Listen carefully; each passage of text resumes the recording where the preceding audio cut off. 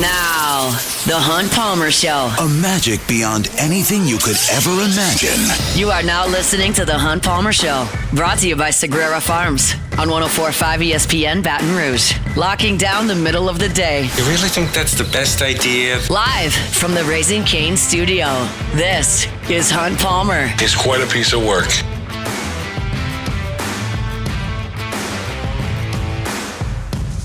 Welcome in! Hunt Palmer coming to you from the Raising Cane studio downtown in the capital city on this Thursday. Means we're brought to you by Sagrera Farms Premium Angus Beef, working towards the weekend. Got Jordan Kitchens, Cassie Spazzali back there on the ones and twos. And plenty to do. It feels like Friday because LSU plays baseball tonight. It is not Friday. That means we got our normal Thursday guests coming your way. Luke Johnson coming up in 15 minutes. The Saints schedule will be released. It's been released in bits here over the last 12 hours, but it is going to be official this evening. We'll talk to Luke about that. Joe Healy, D1 Baseball's SEC Extra Team, get us set for the weekend in SEC Baseball, the final regular season weekend of SEC Baseball. I got an update from the PGA Championship coming up later this hour. Jay Johnson spoke with the media yesterday. Some of the things that he had to say I thought were interesting, specifically about pitching moving forward. I'll get to some of that sound at 2 o'clock. Chris Blair's here at 2:15. Verge Osbury talked about Brian Kelly and Lane Kiffin with USA Today, so that's something we got to get to as well. Plenty to get to. Let's crank it up. Welcome to the big league. It's time for Hunt's Opening Drive. Presented by Fabry Chevrolet GMC in St. Francisville. We'll get to the Saints in 15 minutes. Let's start with LSU baseball as they open the final 3-game set of the season with Florida. Feels not that long ago that LSU was just starting the season. Not that long ago they walked off the field in Jacksonville feeling like maybe the best team in the country, and instead we've got a historically poor record in a season that will mercifully come to an end here in the next week. And it's odd that these two teams that are such strong brands and such powerful programs that played for the College World Series just 3 years ago don't have a lot on the line from an LSU perspective over the next 3 days. Florida's got a ton to play for. Florida right now has the most quad 1 wins in the country. Their RPI is 12. They are bidding for a top 8 national seed. If they sweep LSU this weekend, they will very likely get a top 8 national seed with 18 league victories. If they get swept or lose 2 out of 3, they would fall towards the back of the hosting bubble and certainly wouldn't be a top 8. So a lot on the line for Kevin O'Sullivan's team this weekend. Not so much for LSU. And we spent a lot of time yesterday talking about the stakes and talking about the strategy for LSU this weekend. LSU didn't name a starter for tonight. I don't know who they're going to pitch. You told me it was Reagan Ricken. I would not be surprised at all. Told me it was Gavin Guidry. I wouldn't be surprised at all. If you told me William Schmidt or Kason Evans went out there, I wouldn't be totally fall on the floor shocked. I would be stunned if LSU's starting pitcher in the game today threw a pitch in the 4th inning. I really would. I think LSU is going to chop this thing up in a big, big way. But we talked about that yesterday. I'll give you a little bit of a thumbnail on Florida here. There are a couple of superstars on this team, as they always have at Florida. The arm you're going to see tonight for the Gators is Aiden King.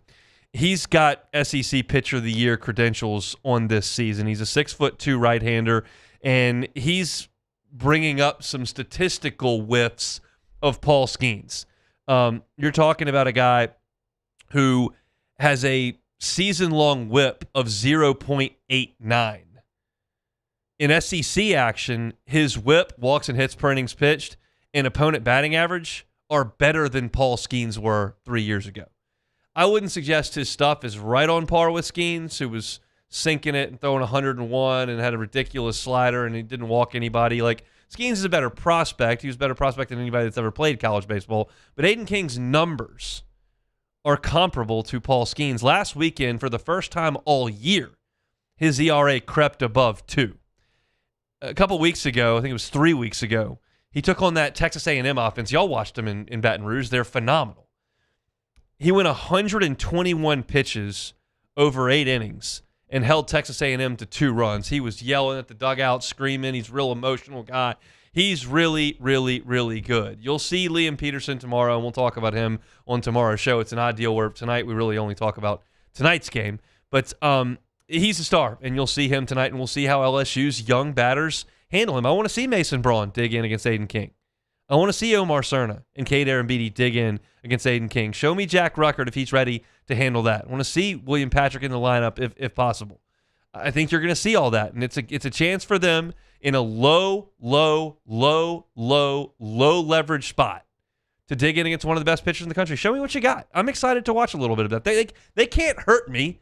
They can't hurt you at this point. There's nothing on the table right now. So to me, this is a sit back and enjoy it type of game, and quite frankly, you probably won't, because LSU probably won't win the game. But you can turn it off. There aren't a lot of stakes in this game. But if you're looking for an intrigue, that's it. Offensively, the star for Florida will not jump off the page when they go through the lineups. Whenever whoever LSU starter is takes the ball and is warming up and they give you Florida's starting offense on the television graphic, you won't be able to immediately point out the star, because Brendan Lawson is only hitting 289 on the year. You've got 13 homers. You go, well, 289 with 13 homers, like that's average Joe. And that's fair statistically. However, he's not average Joe, and he may be the number one pick in next year's draft. He's got a long way to go to get there, and he's going to have to play better next year than he did this year to get there. But he's 6'3". His OPS is over 1,100. He's got 8 doubles, and he's second in the SEC with 47 walks. So you put that frame, that plate discipline, that power together, he's a really, really, really talented prospect. Blake Sear has got better numbers. Kyle Jones is really good, but Lawson is the real star of this team, and he's the next great one for Florida baseball. So those are two guys you've got to look at in the game tonight and throughout the weekend for Florida. It's a weird deal, and I'm just at this point curious to see if there can be any sort of positive nugget I can draw from the weekend. I mentioned the young hitters for LSU against really talented pitchers from Florida. I want to see some of LSU's young pitchers. Those guys have had their roles pared down over the last 2 weekends. Jay Johnson's tried to lengthen guys. He's tried to get more innings out of Devin Sheeran, more innings out of Grant Fontenot, more innings out of William Schmidt, more innings out of Santiago Garcia. Some of the guys that he felt would give him the best chance to win, and he's limited some of the action for Ethan Plog and limited some of the action for Reagan Ricken, and you're going to see those guys this week. As I mentioned yesterday, and I'll double down on it, but with a little bit more context today, you're going to see a lot of different arms for LSU. They're going to treat these games almost like a midweek game to keep everybody fresh and to see who might find a spark that they can use next week. I promise you, Jay Johnson's going to go to Hoover with the plans to stay there for a little bit. Whether that's reasonable or not, that's going to be his plan. His job's to coach the team. He doesn't have the option to just go outside and cut the grass while LSU's playing. He can't just go take the boat out or go fishing or go put a tee in the ground and play golf while LSU's playing. He's got to coach the team. He's got to run the program. So while you can tune it out, I can't really tune it out. I got to write the game story. While you can tune it out, he can't. He's got to coach the team. And so his job is to coach this team for one more week, very likely. And that means to get them in position to play next week. And so he's going to see what you can get out of this team. And I'll tell you this, and I'm going to talk about this with Marcos Paz tomorrow, but I'll talk about it a little bit here today. This Florida team is not elite offensively. They've got 3 or 4 guys that are having really good years. But at the bottom of this lineup, you can get these guys out. Florida in SEC play is 11th in the league in scoring runs. They are 10th in batting average. They are 10th in doubles. They are 9th in home runs. They are 9th in on-base percentage. They are not a great offense. They're a top-heavy offense that has struggled at the back end at times. Now, they've had their weekends where they've played great. They played great against Georgia, heck of a weekend to go win 2 out of 3 in Athens. They have had their weekends where they've been really, really good. They've also had their weekends where they've really, really struggled. And I'm curious to see some of LSU's young pitchers. It's Paz tomorrow, but also Ricken to get out there and maybe give you a little bit. Danny Lockenmeyer is somebody we've seen a lot of recently who said he plans to come back on next year's team and I think has a little bit of talent. He's a 3-picks mixed left-hander that has 2 years of a lot of pitching under his belt. I want to see some of those guys, specifically against the bottom of Florida's lineup. Handle your business there. I'm well aware that LSU's team cannot stand up to the best in this conference. You can't go to Starkville and win a game. You can't go to Athens and win a game. You could not beat Texas A&M in a game. You're not solving aces. Like, they're not good enough to stand up to the top of the league. But they showed against South Carolina they could beat the bottom of the league, and I'd like to see some of these young pitchers get some of Florida's hitters out. Florida should not offensively do to you what Georgia did. They should not offensively do to you what Texas A&M did. And I'm looking at this from 30,000 feet at the program as a whole. I'm not talking about Thursday night in the box against Florida. I'm talking about, this is a Charles Hanniger line. And I don't even know what movie it is because I don't watch movies. It's Charles Hanniger line. What do we got on this ship that works? I think it's Apollo 13. Maybe that. I don't know. I don't care. Don't watch the movie. Not going to watch the movie. But essentially, like, what here is salvageable? What can we use moving forward? And this will be something I talk about when we get to Jay Johnson's sound from yesterday in the second hour today. But, like, give me some positive here from some guys later in the season. We've seen it from Braun. We've seen it from Cerno. We've seen it from Arabidi. Give me some young pitchers. And that includes William Schmidt and Casey Evans when they get out there. I just don't know when that's going to be. Neither does Jay Johnson, or he's not telling us that. And so I can't tell you that today. But those guys should be back on next year's team. Lockenmeyer, Ricken, Paz. These guys need to get some outs this weekend. This is not a powerhouse lineup for the University of Florida. They've had that in their past. The lineup LSU faced in Omaha a couple years ago was really good. Had Wyatt Langford and Caglione. Cade Curlin, who's on this team, was a really good player on that team. BT Riopel's hitting bombs into right center field in Omaha. That team could play. But Ty Evans drove LSU nuts at that pop-up grand slam. That name just popped into my brain. This is not a great Florida offense. So hopefully LSU's pitching staff can find a few things. I don't expect LSU to score many runs tonight. Just telling you out front. If you're going to the box tonight, enjoy the soundtrack. Maybe catch a cold pop, find a hot dog or chicken tender basket to your liking, and you don't get to go in there for a game again for quite some time after this weekend. So enjoy that part of it. I don't think LSU's going to score a lot tonight, but I'd like to see the pitching staff get some outs. Just get some outs. If they don't, I'm not going to cry about it.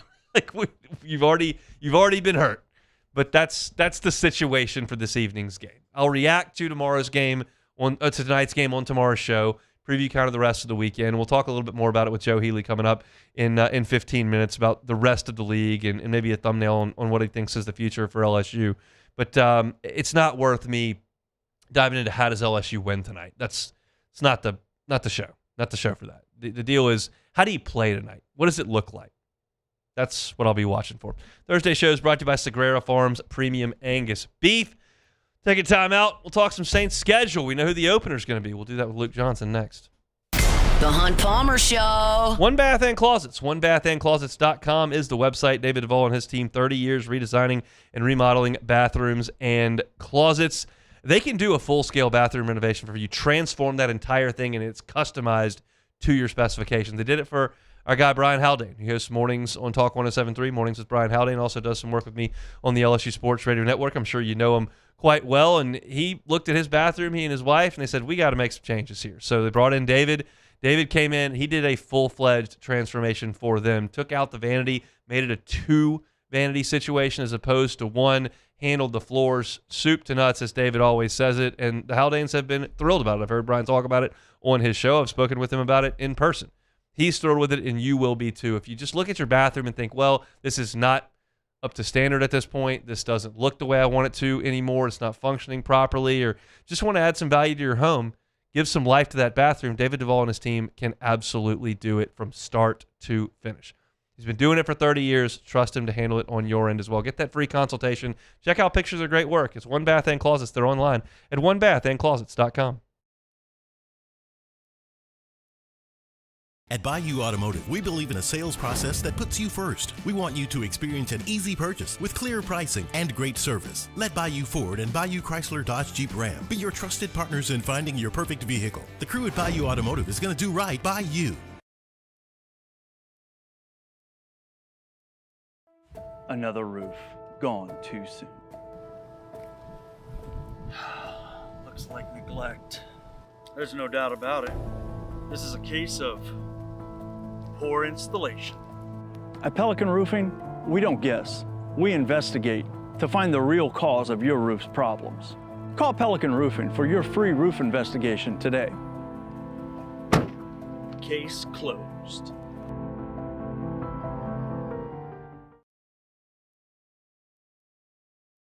Hey, it's Matt Moscona. Look, back pain can sideline you from the things you love. That's why I trust Dr. Kevin McCarthy and the team at the Spine Center of Louisiana. Dr. McCarthy doesn't just treat symptoms. He gets to the root of the problem. From advanced injection therapy to minimally invasive surgery, they've got the expertise to get you back in the game. With 5 locations across Louisiana, including right here in Baton Rouge, quality care is close to home. Call the Spine Center of Louisiana or visit spinela.com and tell them Matt sent you. Hi, this is Beth Serena. Welcome to my pool.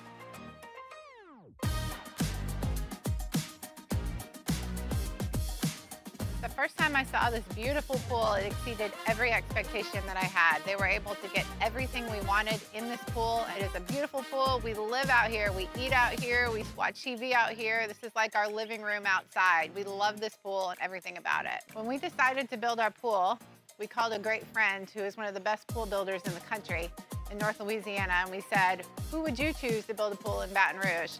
And without a hesitation, he told us Russell Pools. He said their history, tradition of great builds, great pools was unmatched. So of course, who did we call? Russell Pools. The advice I would give to anyone looking to build a pool is first call Russell Pools. They'll do an incredible job. It'll be incredibly organized. It'll be time efficient, and you will have your pool in no time.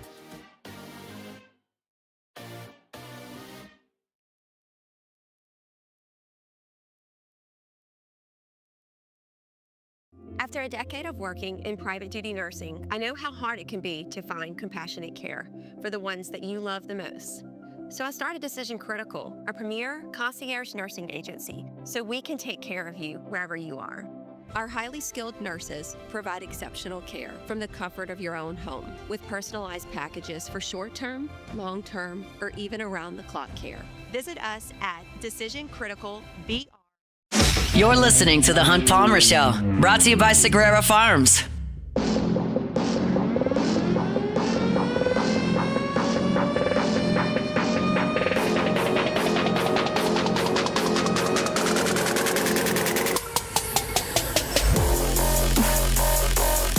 Talk SEC baseball with Joe Healy of D1 Baseball's SEC Extra Team coming up in 15 minutes. For now, we talk Saints at schedule release day for the National Football League. Luke Johnson all over at FortNola.com and The Advocate with us on Thursdays. Luke, how we doing? I'm doing as good as I can be for this terrible day of leaked games coming out on the schedule, trickling out. Me having to sit by my computer and wait.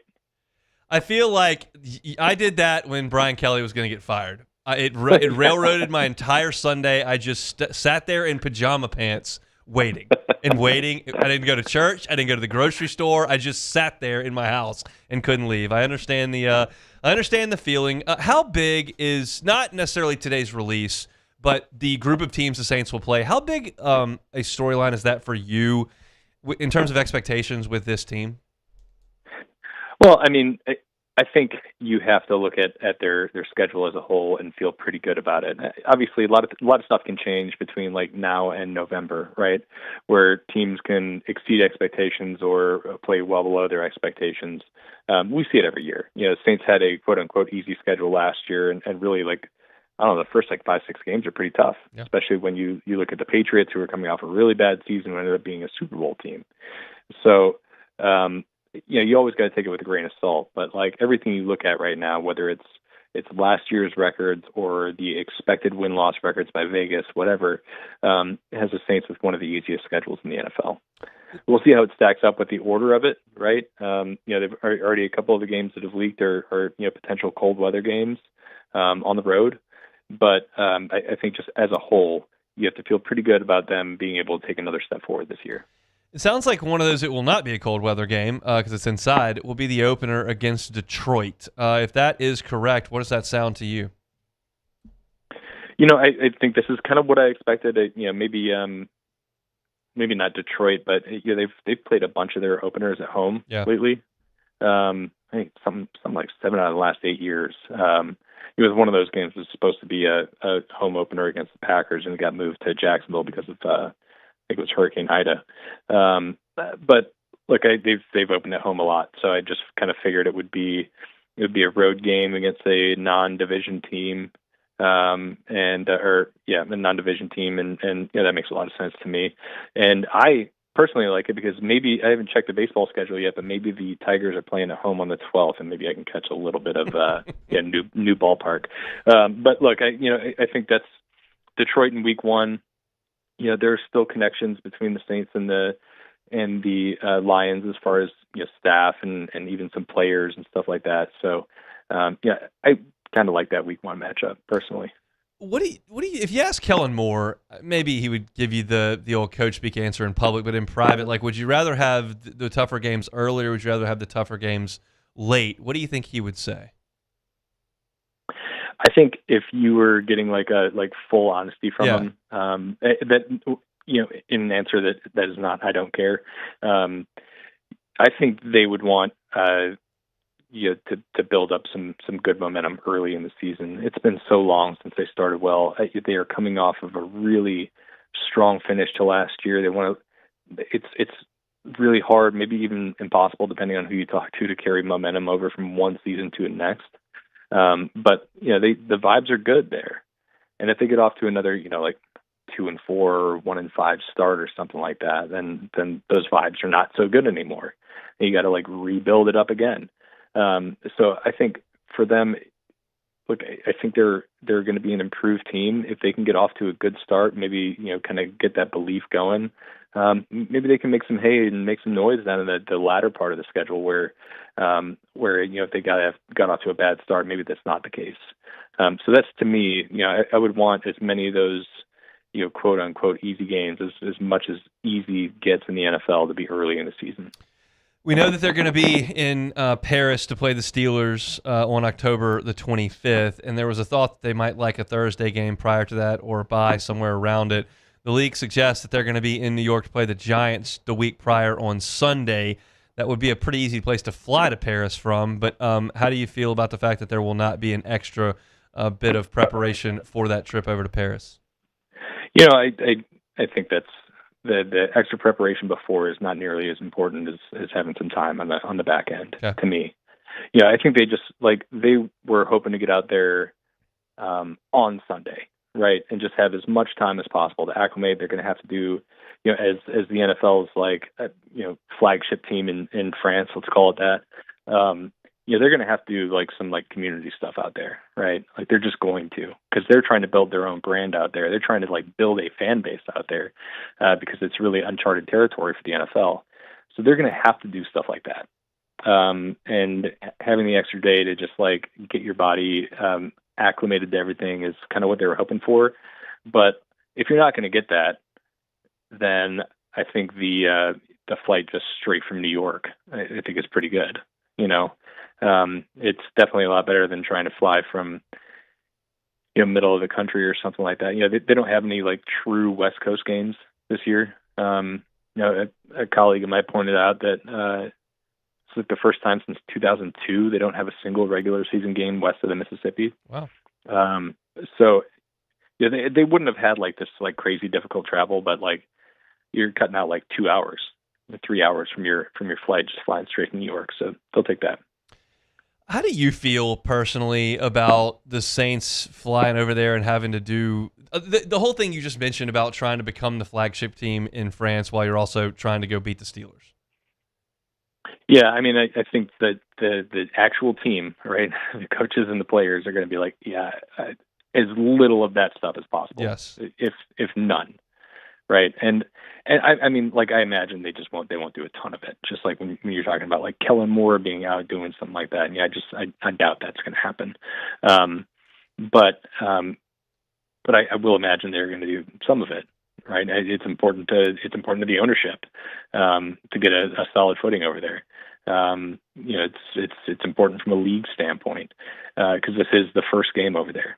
And they are going to be the headline team because of their quote unquote connections with France, and some of that is just going to have to happen. But I think from the team standpoint, they're going to push back on that as much as possible and just really focus on the game, focus on getting their bodies and minds right, because it's not.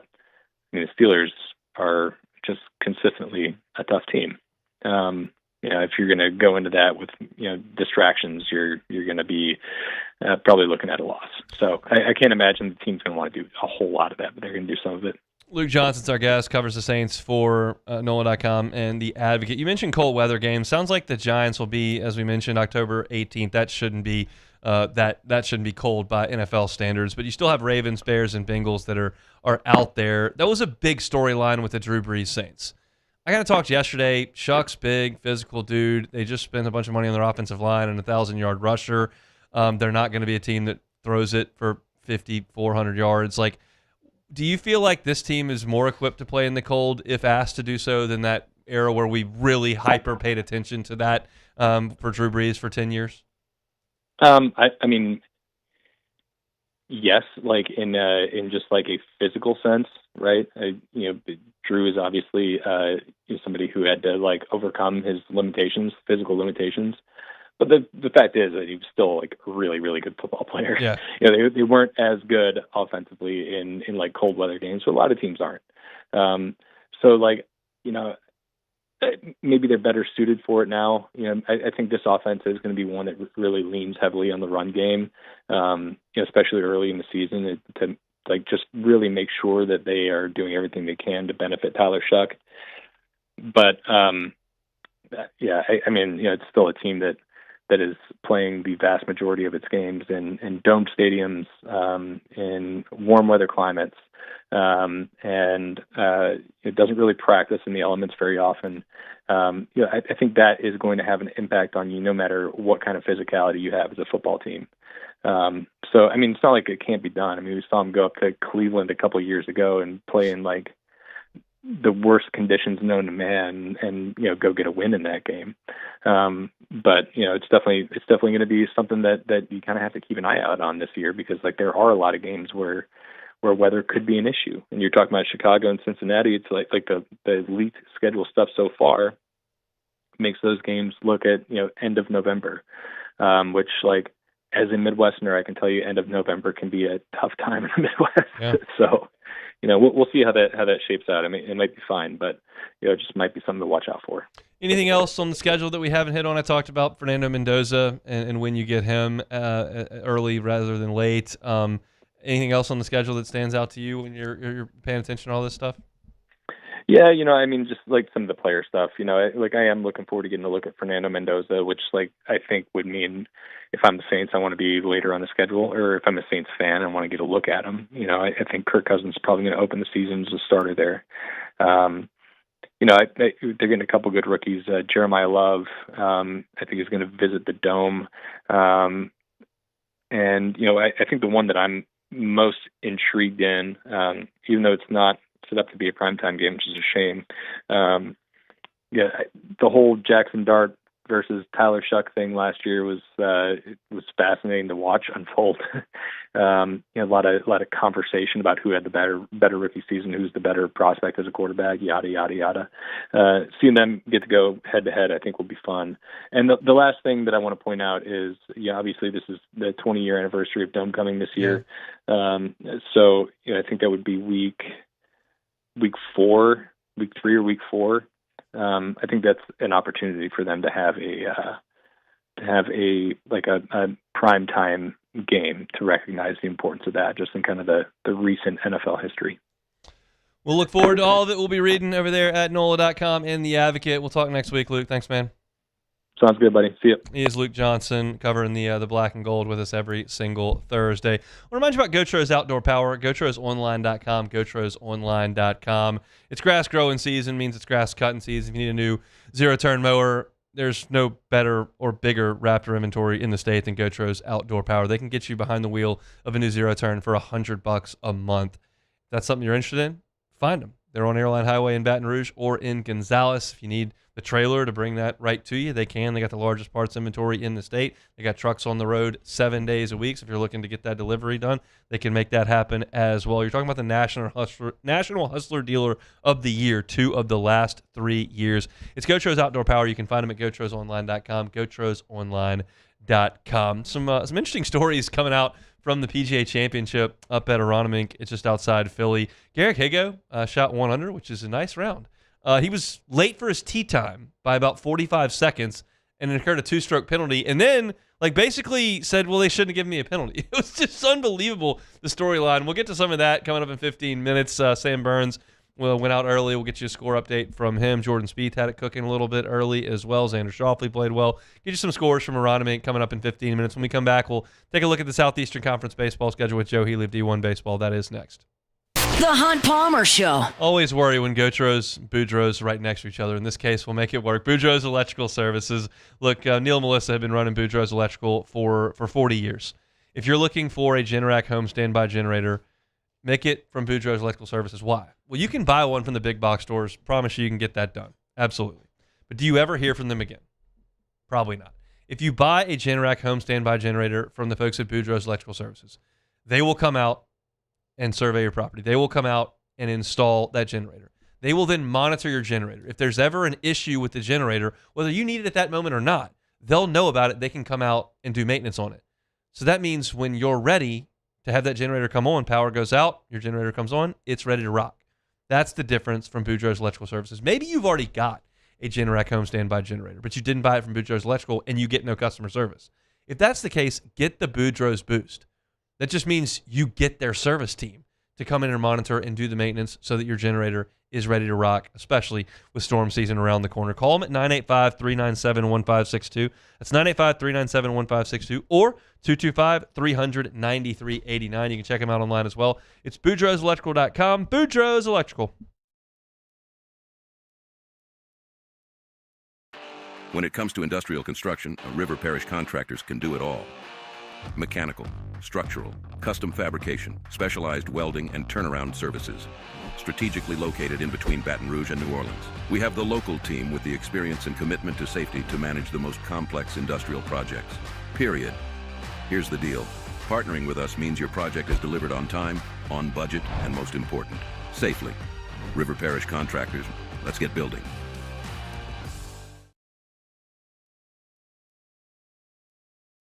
Hi, I'm Mitchell Meredith. At Locke Meredith, Sean Fagan & Associates, we know each case and client are unique, and that no two cases are the same. But one thing remains constant, and that is our passion to help our clients. After an accident, we know your life has changed, which is why we passionately fight to make you and your family whole. Remember, whether you hire us at all, give us a call at 272-5555. We're here to serve you.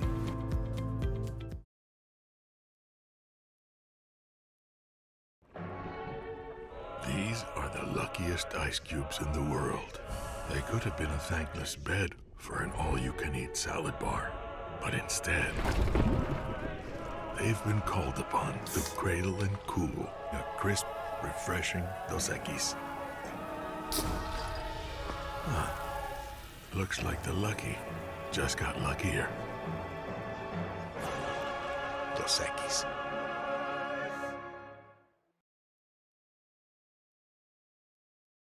At Bayou Automotive, we believe in a sales process that puts you first. We want you to experience an easy purchase with clear pricing and great service. Let Bayou Ford and Bayou Chrysler Dodge Jeep Ram be your trusted partners in finding your perfect vehicle. The crew at Bayou Automotive is going to do right by you.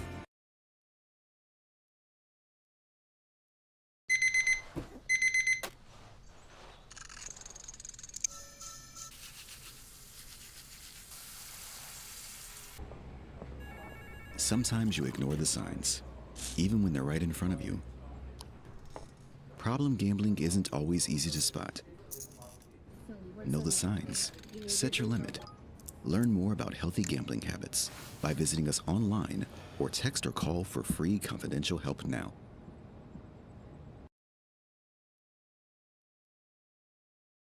ED, low T, or simply seeking to optimize your health and performance? Goodwood Men's Sexual Wellness offers a range of discreet services to address your specific needs. We empower men to reclaim their health and confidence. Visit yourgoodwood.com. Ever wonder why cane sauce doesn't come in a pre-sealed packet? It's because it's made fresh. You're listening to The Hunt Palmer Show, brought to you by Sagrera Farms.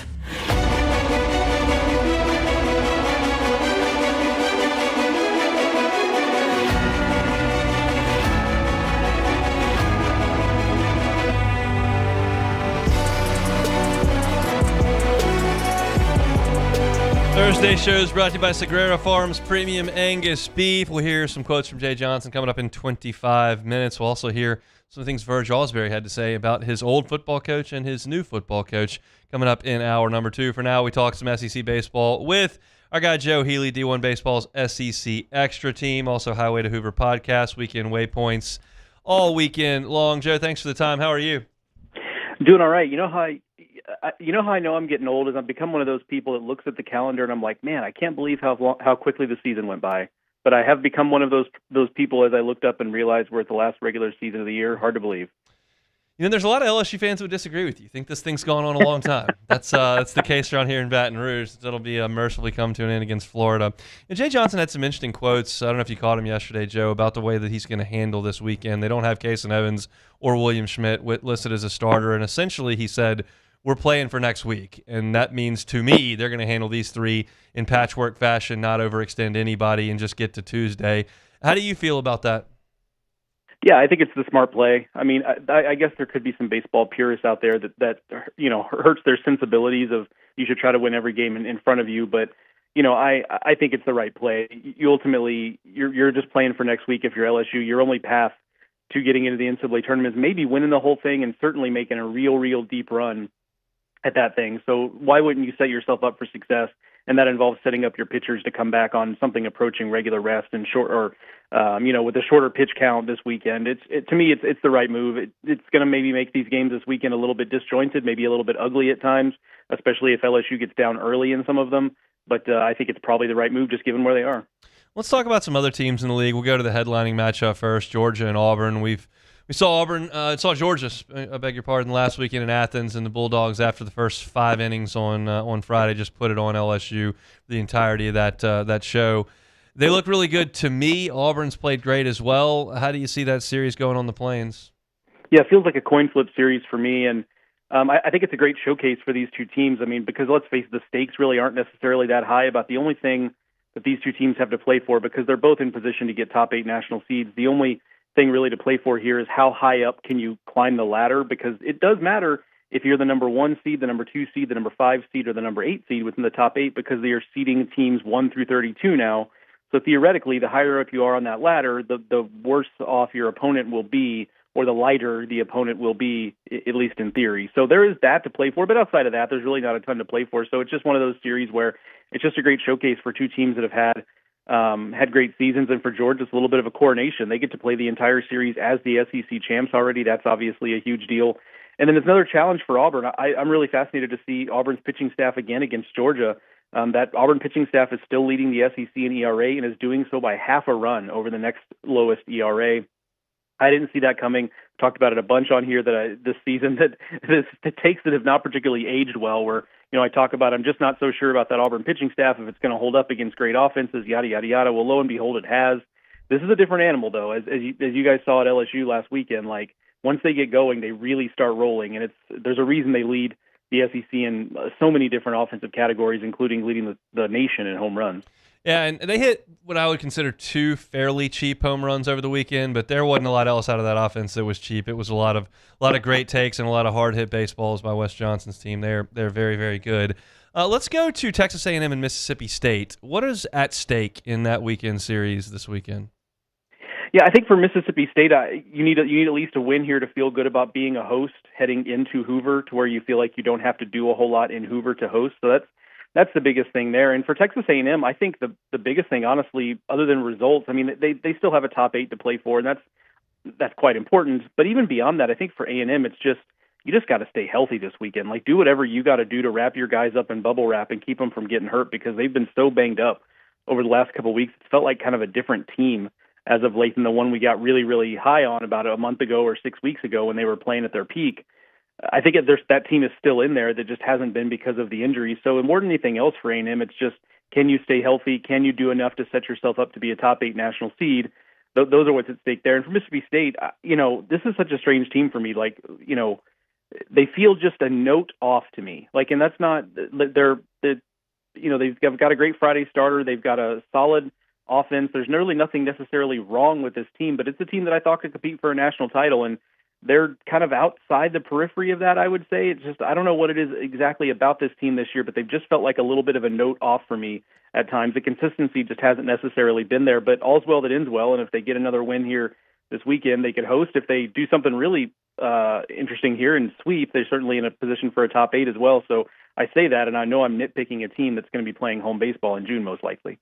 I want to talk about Kentucky and Oklahoma. Kentucky will play at Arkansas. Oklahoma will host Tennessee. Are both of those teams going to get in the NCAA tournament? My hunch is yes. Now, if Kentucky gets swept, that's obviously problematic because they'll be sitting on that 12-win mark, which we know is kind of the line there is 12 versus 13. So other than that, though, like the metrics just love Kentucky, and I just don't know if there's any way around it. So the RPI has them at 33. The DSR and the KPI, the two other metrics the committee is using, they're actually better than that in those two metrics. As of yesterday, they were sitting at like 28 and 29 in those two metrics. And so I don't love the fact that they're going to be sitting on most likely winning 2 out of their 10 SEC series. But the metrics are just going to be so difficult to deny that I don't have a lot of faith that the committee is going to keep them out. If I were on the committee, I would probably be advocating against them because I think you need to win series. That's how college baseball is set up, is to win 2 out of 3 every weekend. That's the goal. They have done an extremely poor job of that, but the metrics are the metrics. And so I think they're going to default to the metrics saying what they say and just chalk it up to, hey, they have a bunch of pretty good individual wins in a bunch of series in which they didn't get swept.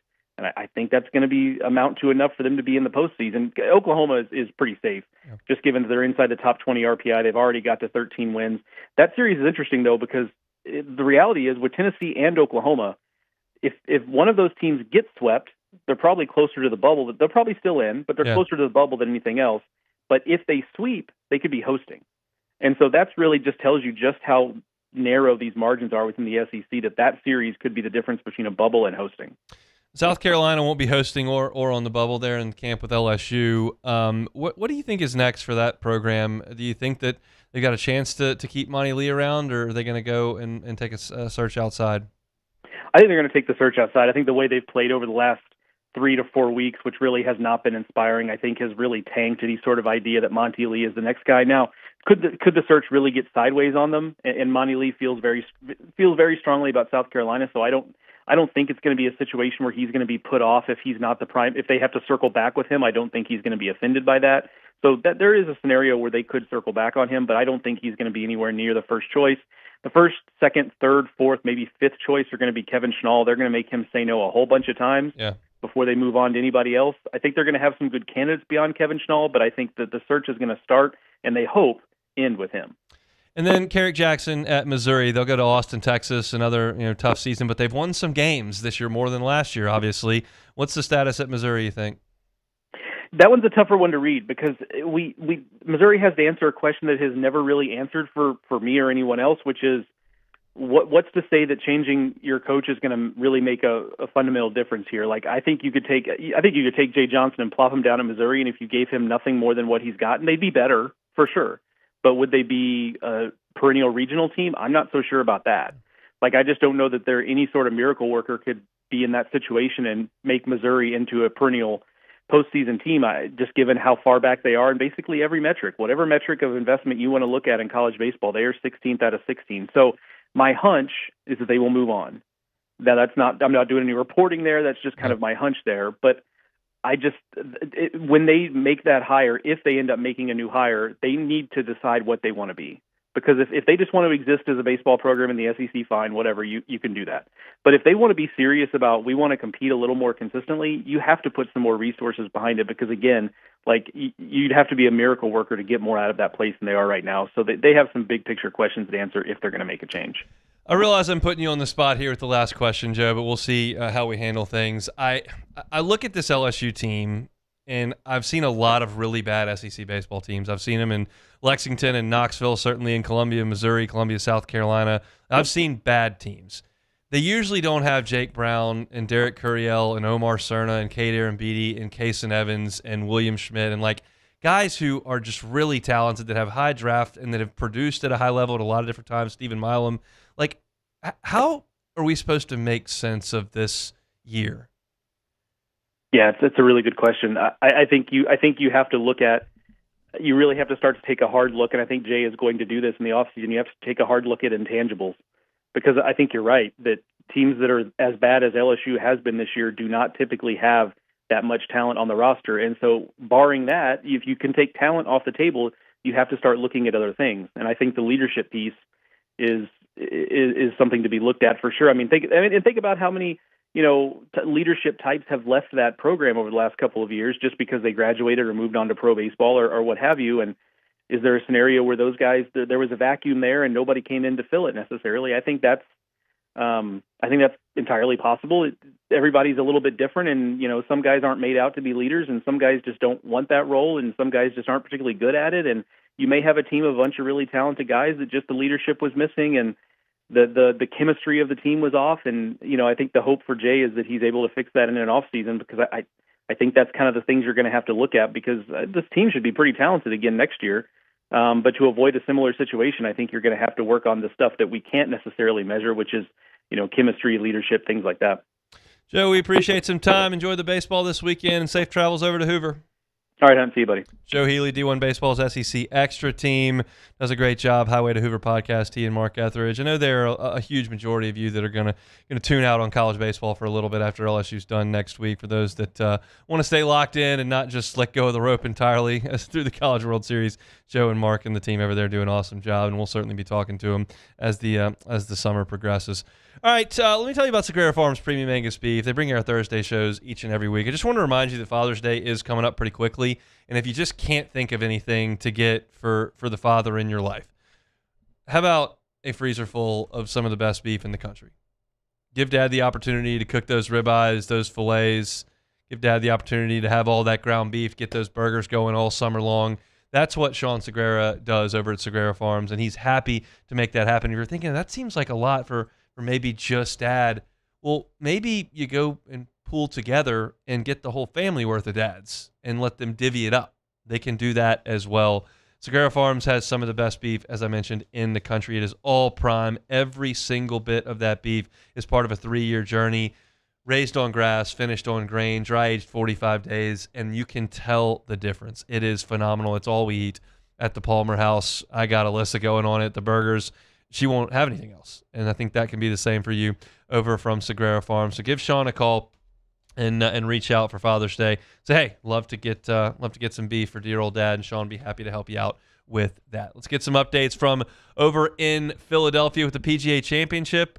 Guy, there's some real drama. The guy was late for a tee time, and then he gave a ridiculous quote after. I'll tell you about all of it when we come back. The Hunt Palmer Show. Lifetime Roofing, LifetimeRoofingLA.com. LifetimeRoofingLA.com is the website. They do roofing, they do siding, they do windows, they do gutters. It's all there at Lifetime Roofing. So anything on the exterior of your home that you think needs some work, Lifetime Roofing is happy to help you out with that. If you think you need a new roof, but you don't really know, well, let Lifetime Roofing go do the inspection. Once they do the inspection, they'll let you know what you need. Maybe it's just a repair. They can do that for you. Maybe nothing's a significant issue. Maybe you just need a tune-up for that roof to fortify things for storm season. They can do that. And if you need a new roof, they can obviously help you with that as well. And with that new roof comes a lifetime workmanship warranty that includes the materials that are backed by CertainTeed, one of the oldest and most trusted names in building materials. It's all there at Lifetime Roofing, locally owned and operated right here in Baton Rouge, can help you out in South Louisiana all the way over to Houston. Find them online at lifetimeroofingla.com.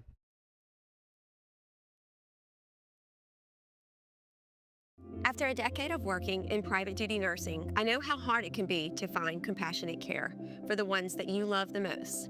So I started Decision Critical, a premier concierge nursing agency, so we can take care of you wherever you are.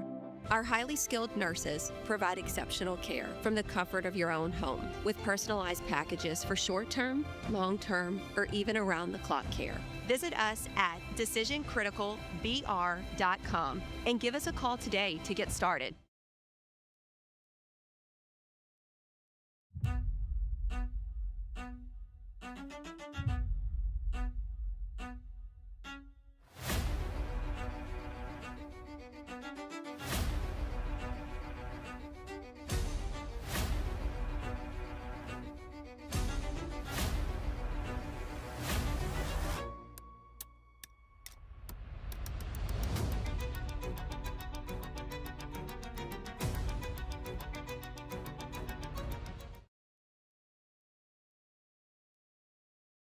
Raising Cane's Texas Toast is a thick slice of bread, garlic butter spread, grilled to golden perfection, and made to order just for you.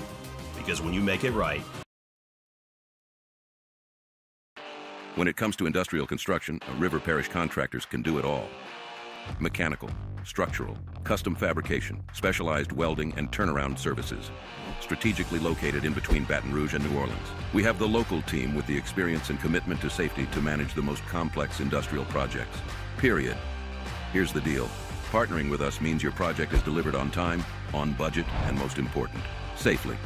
River Parish Contractors, let's get building.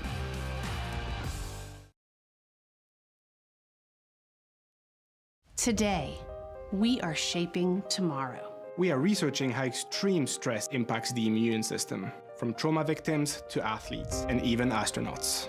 Our work is leading the way in sepsis treatment, saving countless lives. We're unlocking the mind with music in exciting new ways. Our Lady of the Lake Health and LSU are improving the health of our state. That's the impact of champions. Imagine the impact we'll have on the future. Together, we roar.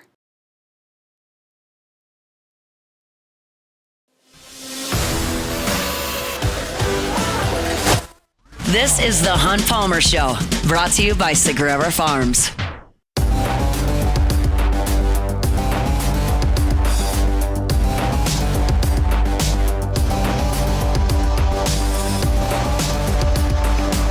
Closing up the hour here, we'll get you an update from the PGA Championship up in Philly. But remind you that our friends at Auctioner want to tell you it is National Stroke Awareness Month in May. Tell you every day about symptoms like loss of balance, vision affected, droopy face, numb arms, slurred speech. And what they also want to remind you is about 85% of strokes can be treated with a clot-busting drug called tissue plasminogen activator. I think I nailed that. But it's got to be administered within 3 hours of the onset of the stroke. In specialized facilities like Oxford's Medical Center in New Orleans, some of the worst kinds of strokes can now be treated up to 24 hours from when the symptoms began. So it's important to be on the lookout for some of those symptoms that we've told you about all day and realize there may be a treatment available thanks to our friends at Auctioner. May is Stroke Awareness Month. They want you to know about it over at Auctioner. All right, PGA Championship underway today. The course at Aronimink is playing tough. A lot of folks thought that they might be able to bomb and gouge it and get the ball down there and make a lot of birdies. 3 under is leading. But really the funniest story of the day comes from Garrick Higo, who you may not have heard of. You may have if you're a golf watcher. But he was assessed a 2-shot penalty because he was late for his tee time. Then they asked him about it in the post-game press conference, and he sounded like a 15-year-old high schooler who was late somewhere. Listen to this. So just to be 100% clear, when you walked to the tee, it was a surprise to you when they said 2-stroke penalty, you're late? No. It wasn't a surprise. I was late. I mean, my caddy was yelling at me to get to the tee. So. Oh, okay. So by the time you got there, you already knew that it was like. I knew it was probably going to happen. Yeah. Yeah. You were with the PGA. It seemed like for a bit just now. Were you trying to argue your case a little bit, or? I was just trying to get evidence. I mean, I feel like if any of you would have done the same, because it's kind of I was there on time, but the rule is if you're 1 second late, you're late. So if you think about it, I was there on time. If you know what I mean. But I don't quite no. What is that when you say that you were there on time but late? What's like I was there at 7:18:30 seconds. That's electrifying. It sounds like a high schooler, right? It's like, well, I told you to be here at 7:08 time. Well, I was there at 7:18 and 30 seconds. Like, I was on time, but like, you said if you're 1 second late, you're late. People like complaining about it. Yeah, I felt like a principal listening to a kid in my office. Come on. Like, there are some convoluted rules in golf. You got to hit out of a divot. If the ball moves and you've addressed it, maybe it's a shot penalty, maybe it's not. You can't ground your club in a bunker. Did you ground your club in that bunker? Now you can ground your club in the bunker. Is that a waste? Like, there's some convoluted rules in golf. This is not one. If it is 7:18 and you are not on the tee box, you are late. It's a 2-shot penalty. Period. That's simple. We're not. That's it. There's a guy there with a watch. If you're not there, you're late. He's like, well, I mean, I think you would have done the same. Like, Literally. I was on. He used air quotes like I was on time. I was on time. Come on, Garrick, man. You got to be on the tee box in time. Aldrich Potgieter is your leader, the big potty. is the leader. He shot 67, 3 under. Steven Yeager also done it 3 under. Minwoo Lee and Ryu Hatsutsune are there as well. Nice round for most of the round for Jordan Spieth, but he leaked a little bit of oil coming home, finished at 1 under par, as did Brooks Koepka. Jon Rahm flukishly shot his way to a 1 under. He holed out for eagle on one hole in the back nine, and then he chipped in like 2 holes later for a birdie. He hit it horribly all day, but did finish at 1 under par. The other large story of the day was Bryson DeChambeau, who was just abysmal. He made a birdie on 18 to finish at 6 over. He was 7 over entering the 18th hole, hit it all over the lot, really did not have his best stuff at all. A lot of these live guys have not, and that certainly was the case there. So this is a tournament we thought was going to be one where they took advantage of the course. Hasn't happened thus far today. Scotty Scheffler on the course in the afternoon wave. We'll take a timeout. When we come back, we'll hear some Jay Johnson sound from yesterday. The Hunt Palmer Show. I'll tell you about Fabry Chevrolet GMC. Online at FabryChevrolet.com. That's FabryChevrolet.com. If you want a new truck, what better spot than Fabry Chevrolet? They're right there on Highway 61 in St. Francisville, where you can find the entire inventory at FabryChevrolet.com. They've got your Chevy Silverados, of course. They've got your GMC Sierras, of course. And you can save 5 figures off MSRP from the folks over at Fabry Chevrolet GMC. They got great financing options as well. One of the things you're always going to get, the deals change here and there. They're always great, but they change. One thing that never changes at Fabry Chevrolet GMC is the quality of care that they give their customers. And that's why the Fabry family has the reputation it does in this town. They've been here for 35 years. They give you a positive buying experience and amazing service after that sale as well. It's something they pride themselves on at Fabry Chevrolet GMC and then all 5 locations that the Fabry family works through. This one is at Highway 61 in St. Francisville. Make that short drive for Baton Rouge or check them out online. It's FabryChevrolet.com.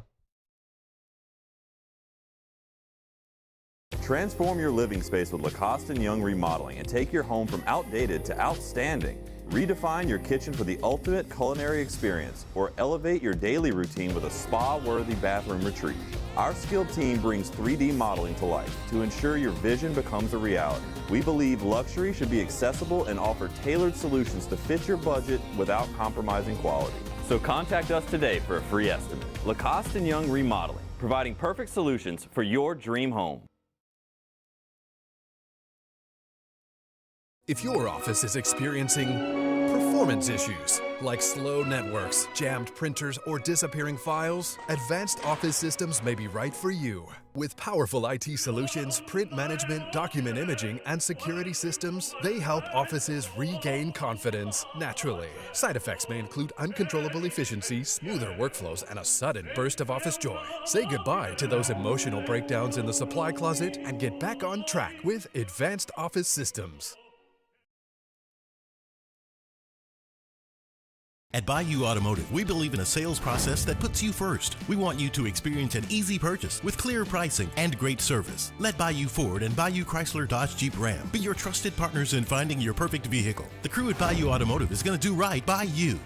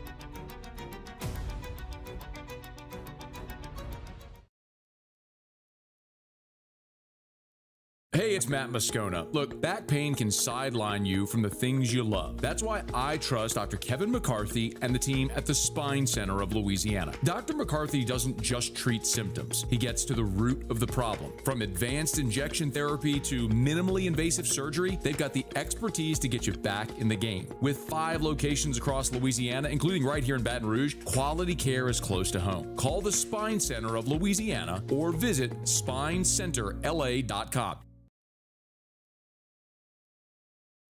Looking for the ultimate game day experience? Come to the Queen Casino in Baton Rouge. Savor game day platters and snacks, plus drink specials.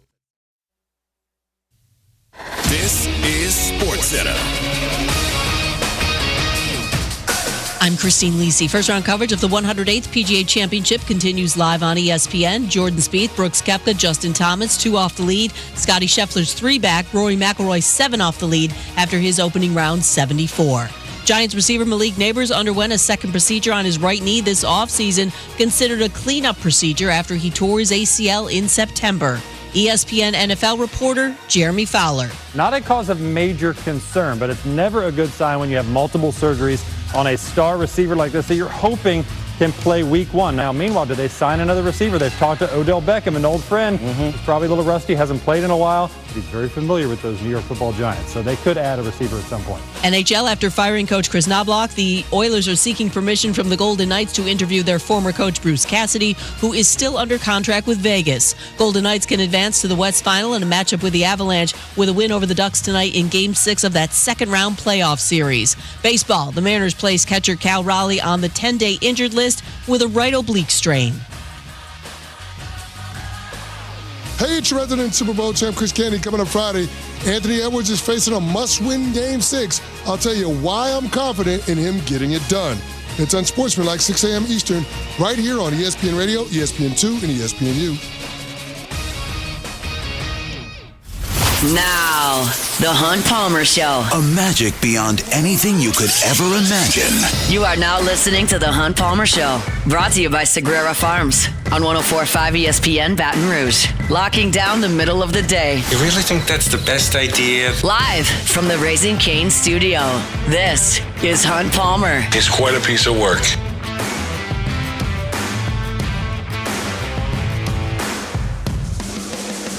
Hour 2, Thursday edition of the Hunt Palmer Show, 104.5 ESPN Baton Rouge. We're brought to you by Sagrera Farms, premium Angus beef, officially working towards the weekend. Chris Blair coming up in 15 minutes. Ferg Osbury had some pretty pointed comments about Brian Kelly for USA Today. We'll talk about it in 30 minutes. He also talked about Lane Kiffin in that piece by Blake Topmeyer as well. So, again, we'll get to that at the bottom of the hour. Right now, let's hear from Jay Johnson yesterday as he met with the media. This is not really anything to do with this baseball season or tonight's game. It's honoring a couple seniors and then doing what they're going to do moving forward with this pitching staff. And it's such a fascinating question. I've been asked about this on Twitter. I've been asked about it in person. I've been asked about it on radio hits that I do throughout the week. I don't have a super good answer for how LSU could be last in the SEC in ERA, set a record for wild pitches, walk the most hitters in the league, and lead the league in strikeouts. It's so odd. Like, I've seen Missouri teams that have the worst ERA in the league. I've seen them. They come to the box, and they throw a bunch of 90-mile-an-hour fastballs, and they got a bunch of 5'11" lefties, and they go 6-24 in the league. I've seen the teams that are the worst ERA in the league.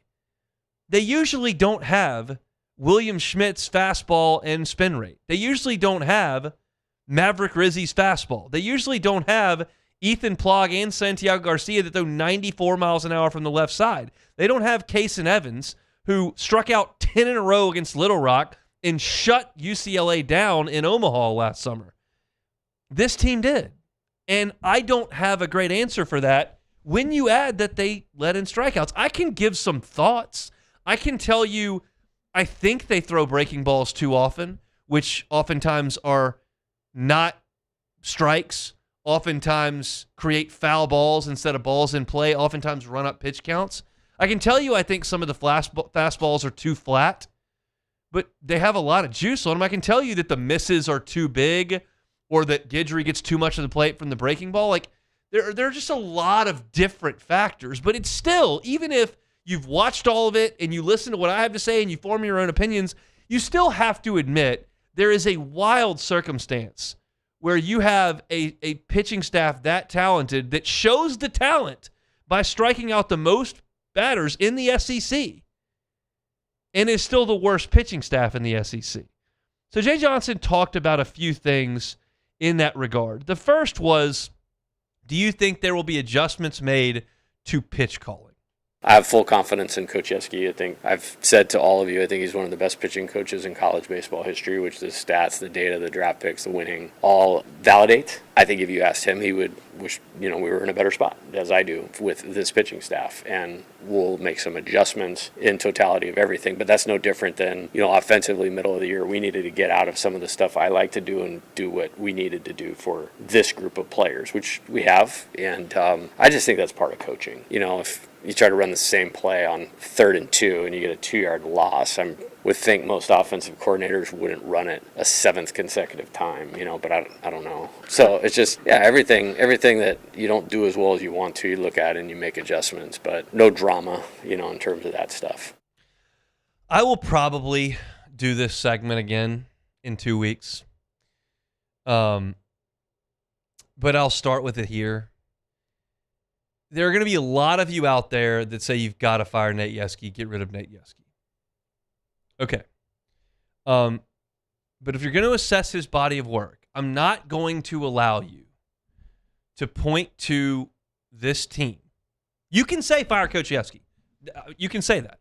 I'm not going to allow you to say fire Coach Yeski. This pitching staff stinks. He didn't develop anybody. Schmidt didn't get better. Evans didn't get better. Rizzi didn't get better. Cowan didn't get better. Guidry didn't get better. None of these guys got better, and that's Yeski's fault. And then you can't come back and tell me, well, Anderson's just awesome. You can't. Well, they got Ianson for 1 year. How much credit can you get? Well, Shore's pitched good for a month, but who cares? And Griffin Herring, sure, he one reliever that they had. You can't just start picking away at everything else he's done. There have been a lot of guys who've gotten a lot better under Nate Yeski. Cade Anderson got a lot better under Nate Yeski. Anthony Ianson got a lot better under Nate Yeski. Chase Shores got a lot better under Nate Yeski. Christian Little got a lot better under Chase Yeski. I've seen marked improvement from a lot of arms under Nate Yeski. This group grossly underperformed. And I think this is my opinion. I can't back it up now because I'm going to need future data. I think this year is going to be an outlier where you just looked across the board at 9 pitchers and it just didn't really take. I think that's going to be an outlier. We'll see. Time will tell. I may be proven dead wrong, but that's what I think about this year. Now, Jay Johnson talked about this team failing to make up for its pitching shortcomings in a way that at times last year's team was able to do when the pitching did falter, and that's what he's talking about when he says that LSU fell behind in a couple of Cade Anderson starts. I look at it as can we support our flaws, and we have not supported them as well this year. And so we'll go back and look at all of them and try to do that. I think losing Cooper Moore was a lot bigger deal than we tried to cover it with. That was a big deal. He was our best strike thrower. He was our most successful pitcher early in the season. I firmly believe we would have won the series at Mississippi State, which might sound crazy because we got swept had Kaysen just pitched 5 or 6 innings instead of not being able to pitch. There's been some unfortunate, deals, with that. We just haven't been able to cover ourselves as well as the really good teams that we've had. And he talked about the team from last year, and I wrote about it at LouisianaSports.net. He's got a quote that said, we fell behind 5-0, 5-1, 6-1 a couple times in Cade Anderson starts last year, Mississippi State and Alabama, but you had bullpen guys that could come in and hold the rope, and then you had an offense that could chip back in and win it. And this team just hasn't been able to come together like that. And he talked furthermore about the slower development from the pitchers. To be fair, we've asked a lot more of some guys than they had done maybe in the past, and there's a growth part of this thing. I've mentioned before, I'll just use Kaysen as an example. I mean, he pitched like 52 and 2/3 innings last year, but it might as well have been like 100, with getting ready in the bullpen with the leverage of those innings. But it's also not starting on Friday. And so there's a little bit of a learning curve, even though we want it like right now. That's part of it. Williams started on midweek games. Now he's starting on Friday in the SEC. So it's just part of it. Our job is to try to have the roster built, have the blueprint or platform to help navigate the challenges that you have. A guy like Devin, who's had some success, but he didn't pitch last year. You know what conference Mount St. Mary's is in. It's not this. And he's had some really good moments, and he's had some learning moments. And I agree with him on the fact that you've got to get guys to develop and grow. I would also just push back and say you need to have somebody ready to go on Fridays in the SEC. You need to have somebody ready to go on Saturdays in the SEC. They may be guys who were closers last year. They may be guys who were midweek starters last year. They may be guys that pitched at Mount St. Mary's. They may be guys coming off injury. But, you need to have somebody ready. And LSU just did not get performance requisite with championship baseball from anyone on that pitching staff. And, again, I don't mean to throw Kaysen and William Schmidt under the bus on this deal because they've been among LSU's best pitchers. So they're clearly not the problem. The problem is that you didn't have anybody that looked like Cade Anderson, that looked like Luke Holman, looked like Gage Jump, looked like Alex Lang, looked like Paul Skeens, looked like Aaron Nola, looked like all the guys that we've seen. You gotta have that guy, and LSU just didn't have that guy. They didn't have the closers that Evans and Cowan were last year either. It just has not come to fruition in that way, and it's been a disappointing year in a big way for this pitching staff that has will finish the Southeastern Conference season with the worst ERA in the league, and that's unfathomable to me. It's very difficult for me to determine that LSU has a worse earned run average than Missouri and South Carolina. And when I look at the talent or lack thereof of that Kentucky staff, and you just look around the league, and for LSU to have the worst, it's just hard to believe. Again, I feel like we'll look back at this and feel like it was just a Murphy's Law deal where everything that could go wrong did, that nobody really stepped up and developed, that your number 2 starter got hurt week 2 of the SEC, that your ace got scratched for 2 weeks. I think they didn't have the talent, and then I think their talent got chipped into, and then the development didn't happen, and it just fell apart. And that doesn't mean the same thing's going to happen next year. It does mean they need to get some new guys. They need new pitchers for next year. Not all new pitchers. I don't need the entire staff thrown out. I need new blood. And I think they're going to make every effort to do that. So we'll see how that all shakes out. But Jay Johnson has been willing to speak about the future over the last month, which I wouldn't have expected. He's been reasonably forthcoming about the present and this year. He's not going to give you everything because that's not how this works. You've got to have an idea internally of how to attack and not let the world know what's going on. But you certainly don't want to throw players under the bus routinely, which he could. He could come out and say, like, these 2 guys just haven't done what we've asked them at all. And he's not going to do that either. But it's just been very, very disappointing to sit there and watch this team fail to just make a lot of progress on the mound at all. So we'll hear some more Jay Johnson sound from tonight. Tomorrow, LSU in Florida tonight, 6:30 is the first pitch. You can listen to pregame tonight at 6 o'clock on the LSU Sports Radio Network. That's Eagle 98.1 here in Baton Rouge. It'll be Chris Blair and Buzzy Heidel on the call. Speaking of which, we'll talk to Chris Blair when we come back. The Hunt Palmer Show. Swing Easy Golf Club in Baton Rouge, swingeasygcbr.com. Look, if you don't want to watch Tiger baseball and you'd like to mix some golf in this weekend, but you don't have a tee time, go over to Swing Easy. Got incredible individual bays with comfortable seating that you can hang out in, play Pebble Beach, play TPC Sawgrass. I bet they got Aronimink on that golf simulator as well. That's where they're playing the PGA Championship right now. You can watch golf on the televisions, drink some cold drinks, and play on the simulator. And you can win a spot in their league play that's coming up this summer if you text our text line, Swing Easy. One word, Swing Easy. Text it to 225-499-1045. You enter in at that point immediately to compete for a spot in their Scramble Indoor Simulator League that'll be weekly during the summer. Going to be a heck of a lot of fun, and we're looking very much forward to that. So, again, if you want to play, you grab a partner, you play in a Scramble. Swing Easy is what you text to 225-499-1045. That's Swing Easy Golf Club in Baton Rouge.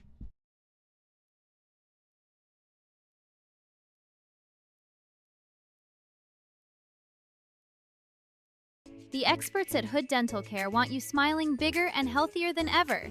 New patients can get a healthy gums cleaning for just $89, plus a free exam and full mouth x-rays. A $376 value. With over 3,000 five-star Google reviews, 5 local locations, and easy online scheduling with same-day care. Hood Dental makes it simple to get started. And we always have other great giveaways for new patients. Check out hooddentalcare.com and schedule your appointment today.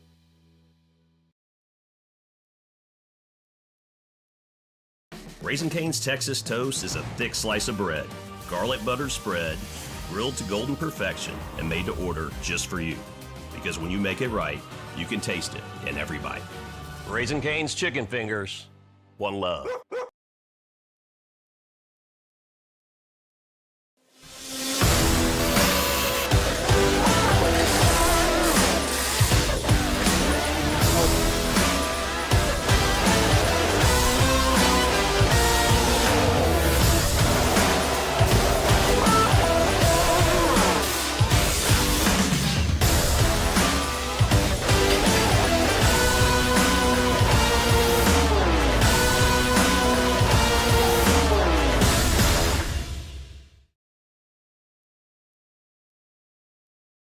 At Sunshine, your hometown John Deere dealer, we know you deserve value when you purchase equipment. Right now, take advantage of the powerful 3025E tractor for just $297 a month, with 0% financing for 72 months. Tractor packages with a trailer also available. Whether you're tackling land, property, or projects, get your job done. Don't wait. This offer ends June 30th, 2026. Some restrictions apply.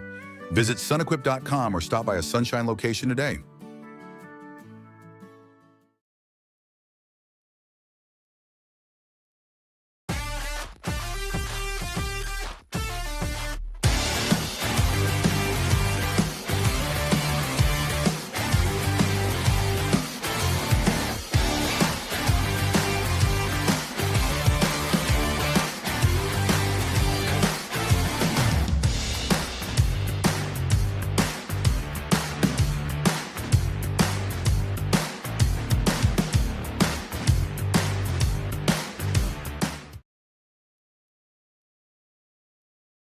As a business owner, you're always focused on how you can improve the bottom line. Well, when was the last time you shopped your insurance coverage? Insurance Network of Louisiana can help. If you're a business owner, let my friends at Insurance Network of Louisiana see if they can. This is the Hunt Palmer Show, brought to you by Sagrera Farms.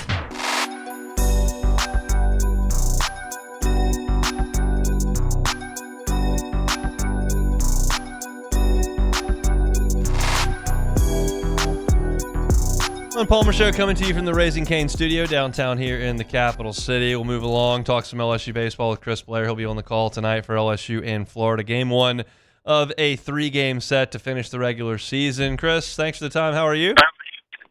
I'm good. Looking forward to an exciting weekend. 2 of the big programs in the SEC. I know probably not where LSU wants to be right now, but it's always good. You know how it is. LSU and Florida get together in anything. It's always pretty exciting. A lot of talent going to be on that field over the next 3 days. There's no question about that. Offensively, LSU threw the first punch in Athens, Georgia. A 3-home run inning, kind of took control early of that first game. And a lot of it was those young guys again. And what can you say about the youth movement offensively based on what we knew about this team in late February and where we are now? Well, I mean, all you can do is be excited about what is ahead in the future and the valuable experience that these guys certainly have gotten, and we've talked about it for a couple of weeks now that due to injuries and having to fill in some guys like Pearson and Stanfield, giving some other guys some opportunities. But when it comes to the young guys, I mean, I think of, I look back to last year's championship team, and you and I have had this discussion before on how many guys that were close to everyday guys that were returning this year. I look at what LSU hopefully will have returning, not with the national championship, but just with the experience of going through the toughest league in college baseball. And I think you got to be excited for the future and excited to watch him now, as excited as I will be later on tonight to see what the guys are able to do. Let's talk about senior weekend, because there's a couple of guys that transferred in that will be honored this weekend that have made massive impacts on this program in 2 short years, and that's Zach Cowan and Chris Stanfield. We'll see Zach at some point this weekend, and then hopefully in Hoover at some point next week. But what a crazy 2 years for him, and what an impactful year he's really had both years, but last year specifically.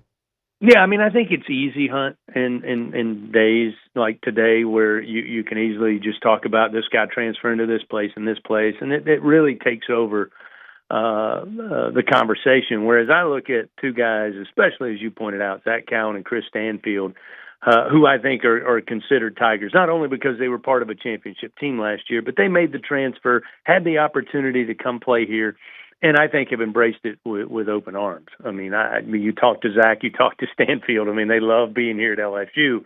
And what they've contributed obviously speaks for itself. So those two guys in particular, it's going to be a mixed bag because I hate to see them play their final game, but it's great to see them be honored, for the 2 years that they had here at LSU.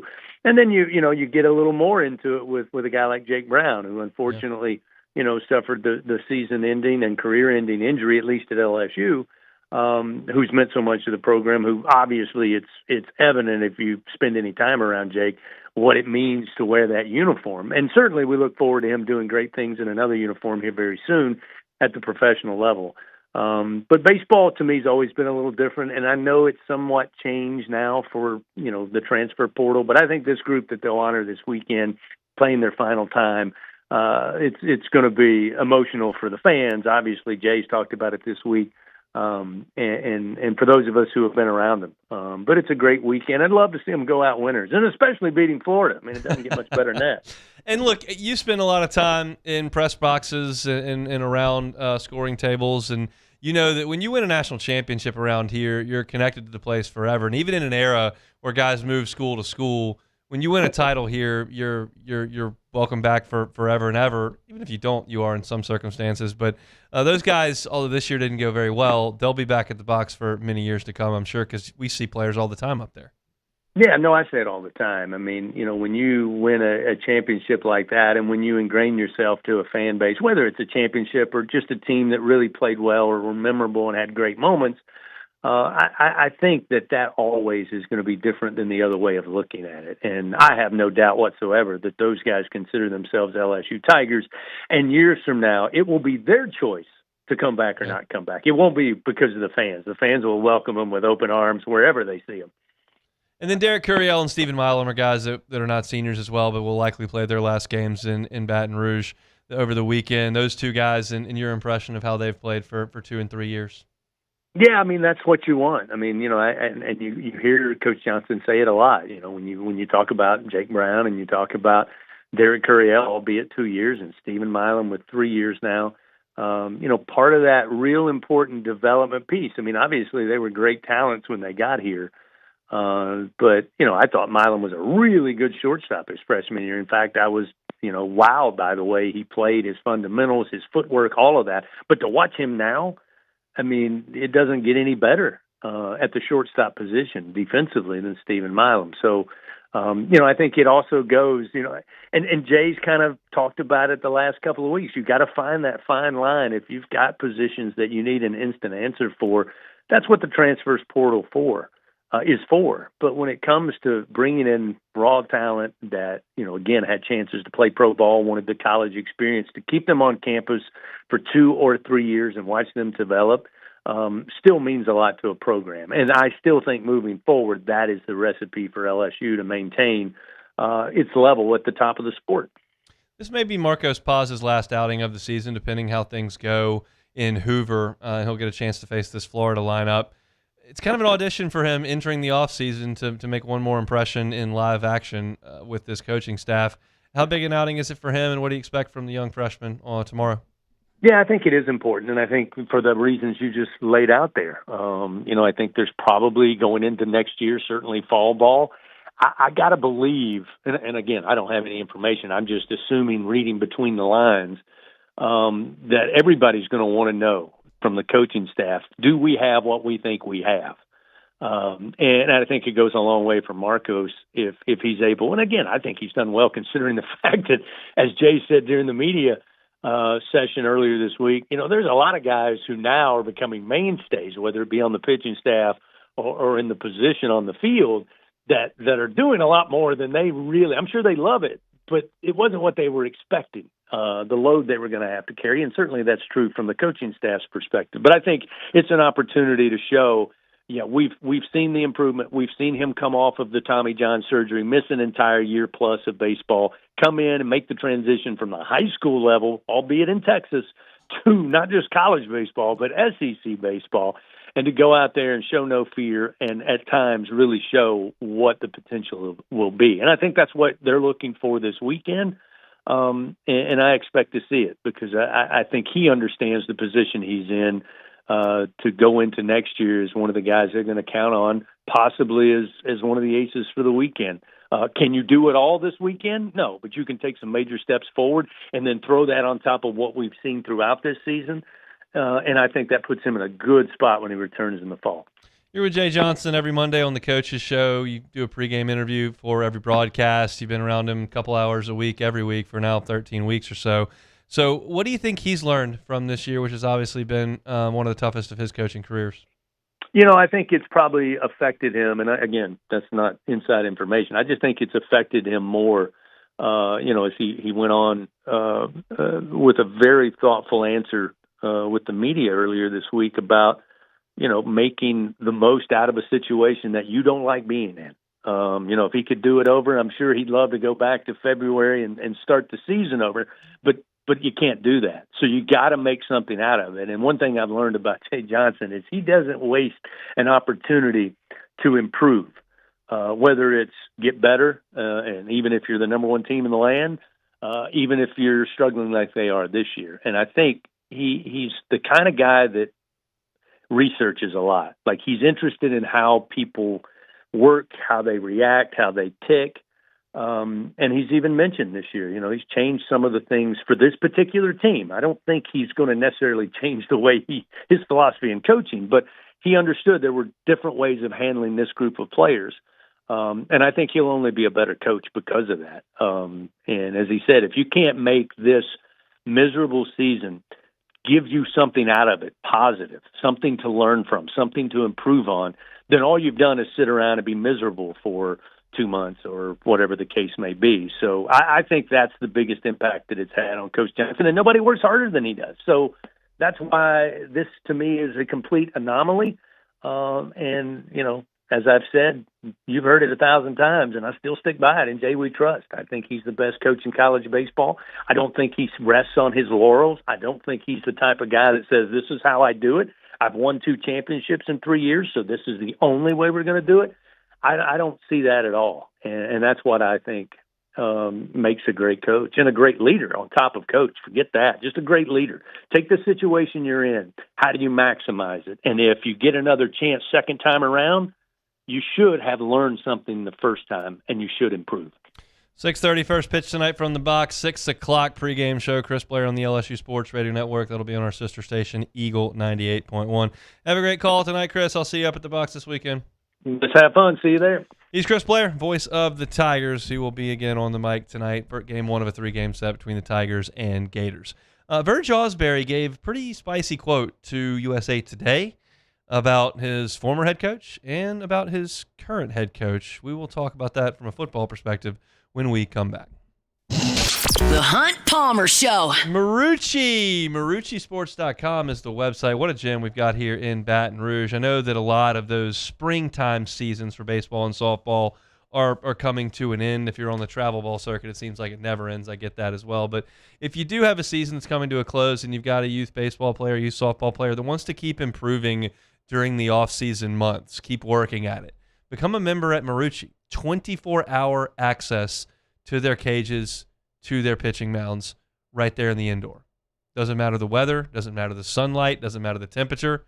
you can have access to it 24 hours a day, 7 days a week if you're a member at Marucci. What a cool environment that is there that they've got access to. And look, if you want to go take a tour of the official bat of Major League Baseball where it's produced, 1,200 of them every single day, you can do that as well. Get tickets at maruccisports.com/campus-tour. Every single ticket to the campus tour comes with a 20% discount in the campus tour store and in the hitter's house. Just a total gem, the home of the official bat of Major League Baseball, in a spot your kid can work on his or her game. It's Marucci. Championships are won with preparation, and so are great roofs. The Tigers don't cut corners on the floor. Parrish Construction and Roofing won't cut corners on your home either. Do business with someone you know. Parrish Construction and Roofing. ParrishBuilt.com.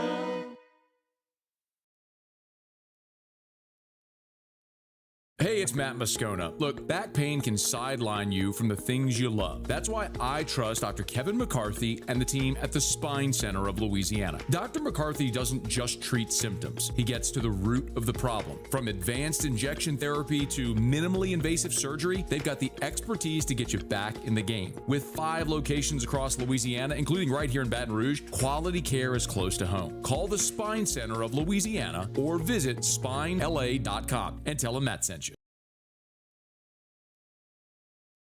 At Bayou Automotive, we believe in a sales process that puts you first. We want you to experience an easy purchase with clear pricing and great service. Let Bayou Ford and Bayou Chrysler Dodge Jeep Ram be your trusted partners in finding your perfect vehicle. The crew at Bayou Automotive is going to do right by you. Men, age is just a number. Don't let it dictate how you feel. Goodwood Men's Sexual Wellness has anti-aging services that can help you look and feel your best. Visit yourgoodwood.com and discover a renewed sense of vitality. We typically think of stress as being bad for us. At Our Lady of the Lake and LSU, we are researching how certain types of stress, such as exercise, can be good for our immune health. By studying people under extreme stress, such as athletes, astronauts, service members, and first responders, we're learning how to improve the immune health of everyone. That's the power of research. That's the impact of champions. Together, we roar.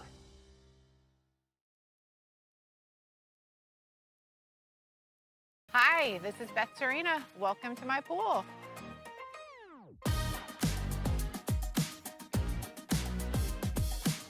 The first time I saw this beautiful pool, it exceeded every expectation that I had. They were able to get everything we wanted in this pool. It is a beautiful pool. We live out here, we eat out here, we watch TV out here. This is like our living room outside. We love this pool and everything about it. When we decided to build our pool, we called a great friend who is one of the best pool builders in the country in North Louisiana, and we said, who would you choose to build a pool in Baton Rouge?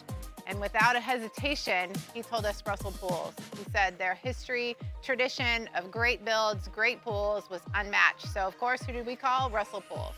The advice I would give to anyone looking to build a pool is first call Russell Pools. They'll do an incredible job. It'll be incredibly organized. It'll be time efficient, and you will have your pool in no time. You're listening to The Hunt Palmer Show, brought to you by Sagrera Farms.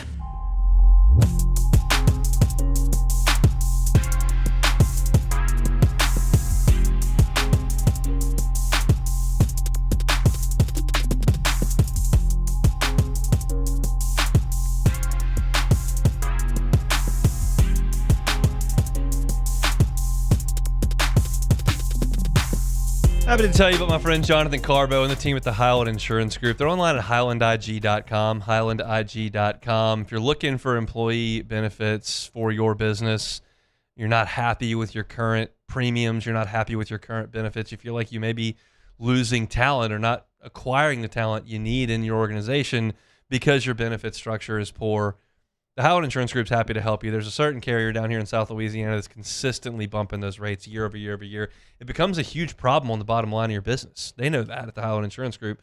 They can give you another option. They've got multiple options there. They're an independent broker that can shop your business to multiple carriers to see if they can't find the best healthcare, the best dental, the best vision at the right price for your business. So if you've got a renewal coming up or you just had a renewal that didn't go very well, or you just want a second set of eyes on your benefit structure within your organization, let the Highland Insurance Group take a look. They're online at highland.g.com. You can reach out to them right there. They're based here in Baton Rouge, but they can help you out statewide. It's the Highland Insurance Group. They're online at highland.g.com. All right, y'all, I'm not going to sugarcoat this. I'm just going to be me. I'm going to tell you how I feel. I hate this crap, candidly. I like talking about sports. I like talking about the action on the field. I want to talk about Aiden King's pitch mix tonight at the box. I want to talk about how LSU gets these Florida hitters out. I want to talk about regional projections, and I want to talk about RPI, and that stuff's gone. And this is more polarizing stuff, and this is what most of you want to hear about. This is the stuff most of you want to sink your teeth into.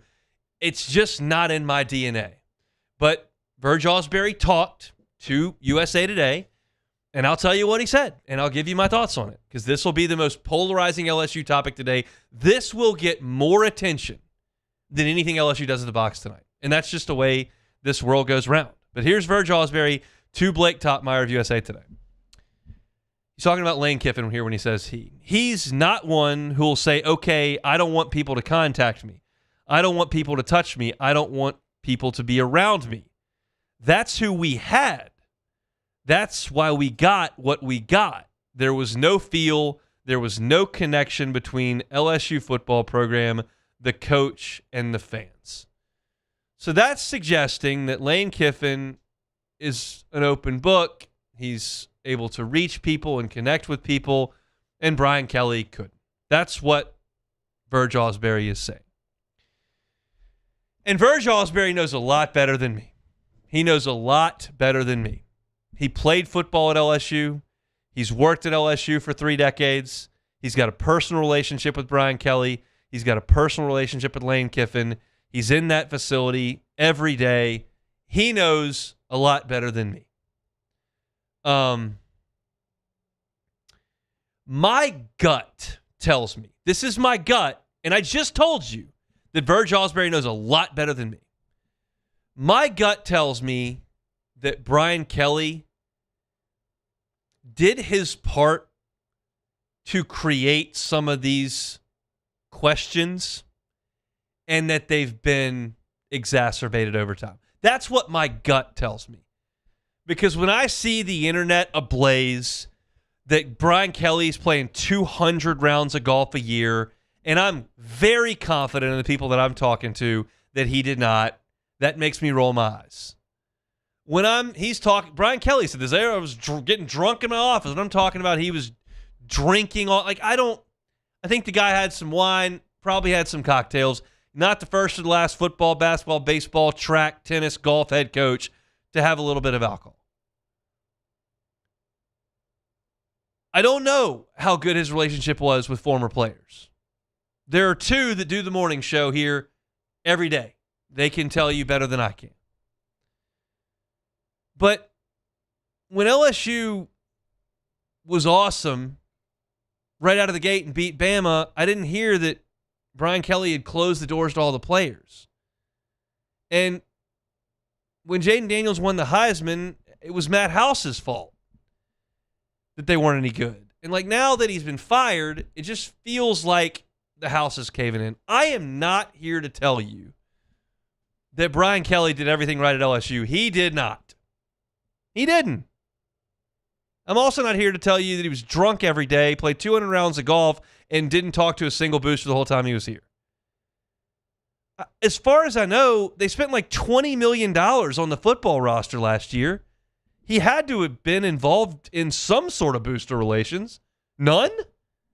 There was a story Ross Dellinger did that he contacted folks in California and he donated $1 million. I realize that's not a personal touch. That's just a donation, but I'm not here to defend Brian Kelly. I'm just here to tell you my gut tells me we may have been exacerbated. Now, look, if Verge Osbury, who's in that building every day, I'm not, is telling me that Lane Kiffin's doing a much better job right now, great. I hope he's doing awesome. I hope he's talking to all the boosters. I hope they're raising unbelievable amounts of funding. I hope the former players feel incredibly welcome coming back. I hope all that's true. I'm also confident that the former players felt real confident and comfortable coming back when Ed Ogeron was here and the bottom fell off the last 2 years. So it's not the end all be all. You just got to win games. And if Brian Kelly had won games, he's still be the coach here. He's not the coach here because they couldn't beat Florida State, because they couldn't beat Ole Miss, because they couldn't beat Florida. He's not here because they couldn't stay on the field with Texas A&M at home. That's why he's not here. So I'm not that interested in recounting the past. I'm really not. I'm more interested in what's coming in the future. Lane Kiffin has never gotten the reputation of being a very booster-involved guy. He didn't have to be at Tennessee or USC because you didn't have the situation you do now where you got to raise money for the players.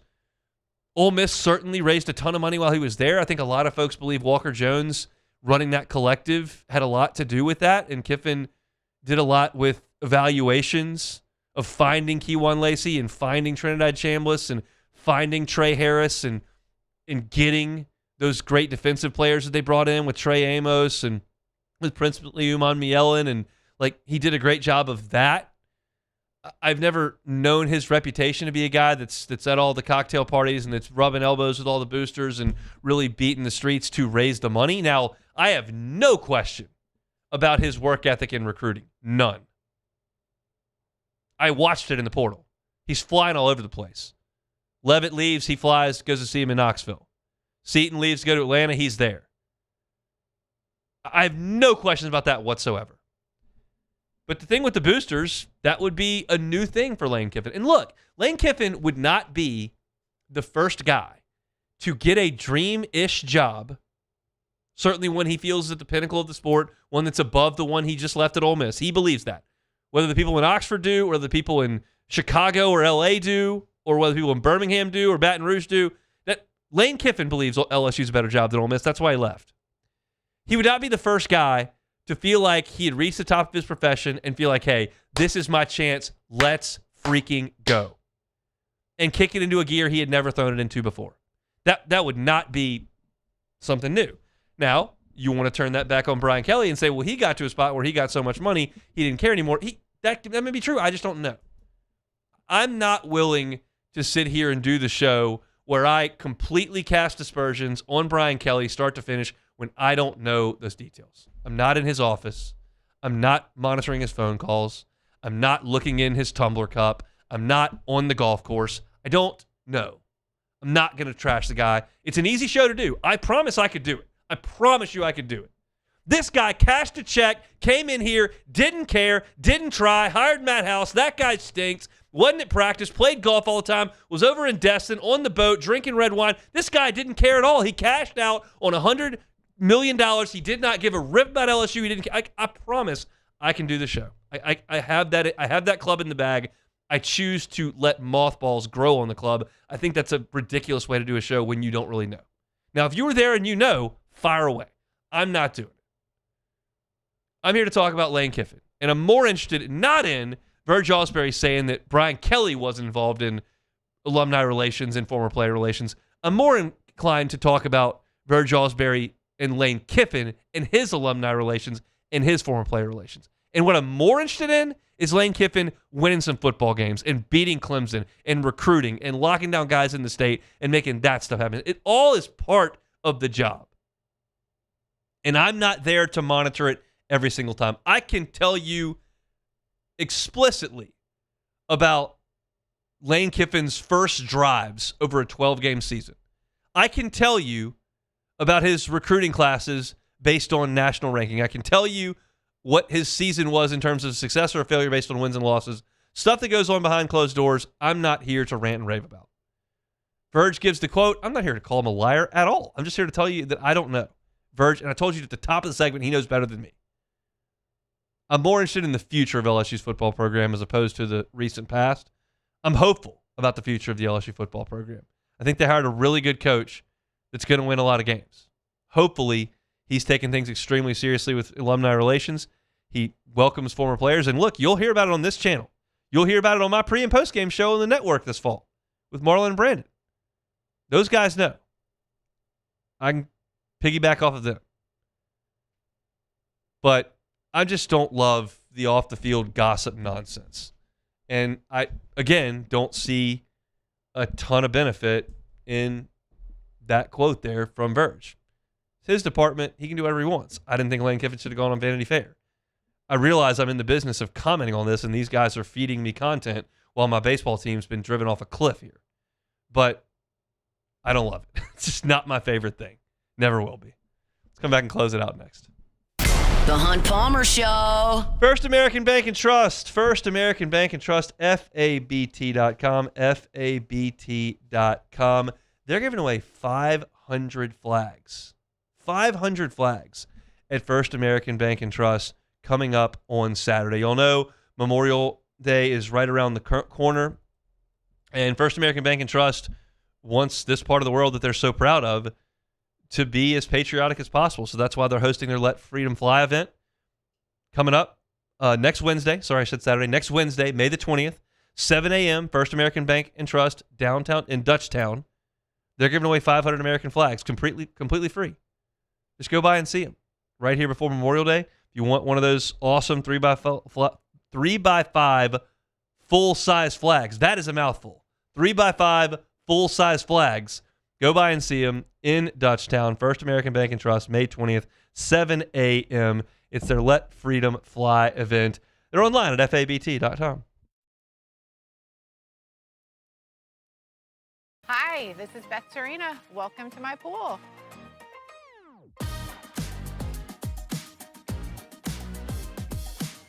The first time I saw this beautiful pool, it exceeded every expectation that I had. They were able to get everything we wanted in this pool. It is a beautiful pool. We live out here. We eat out here. We watch TV out here. This is like our living room outside. We love this pool and everything about it. When we decided to build our pool, we called a great friend who is one of the best pool builders in the country in North Louisiana, and we said, who would you choose to build a pool in Baton Rouge?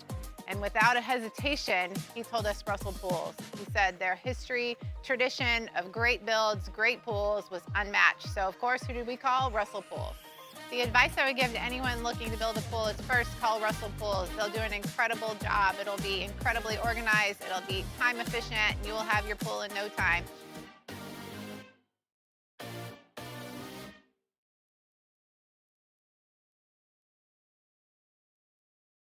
Hey, it's Matt Moscona. Look, back pain can sideline you from the things you love. That's why I trust Dr. Kevin McCarthy and the team at the Spine Center of Louisiana. Dr. McCarthy doesn't just treat symptoms. He gets to the root of the problem. From advanced injection therapy to minimally invasive surgery, they've got the expertise to get you back in the game. With 5 locations across Louisiana, including right here in Baton Rouge, quality care is close to home. Call the Spine Center of Louisiana or visit spinela.com and tell them Matt sent you.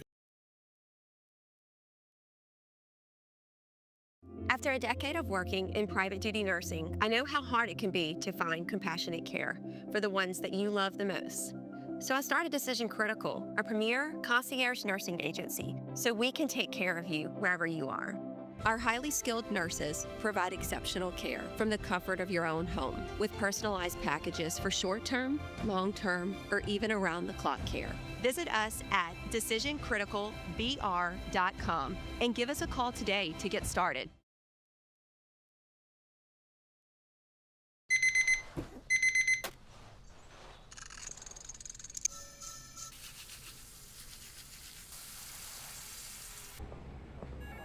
Sometimes you ignore the signs, even when they're right in front of you. Problem gambling isn't always easy to spot. Know the signs. Set your limit. Learn more about healthy gambling habits by visiting us online or text or call for free confidential help now.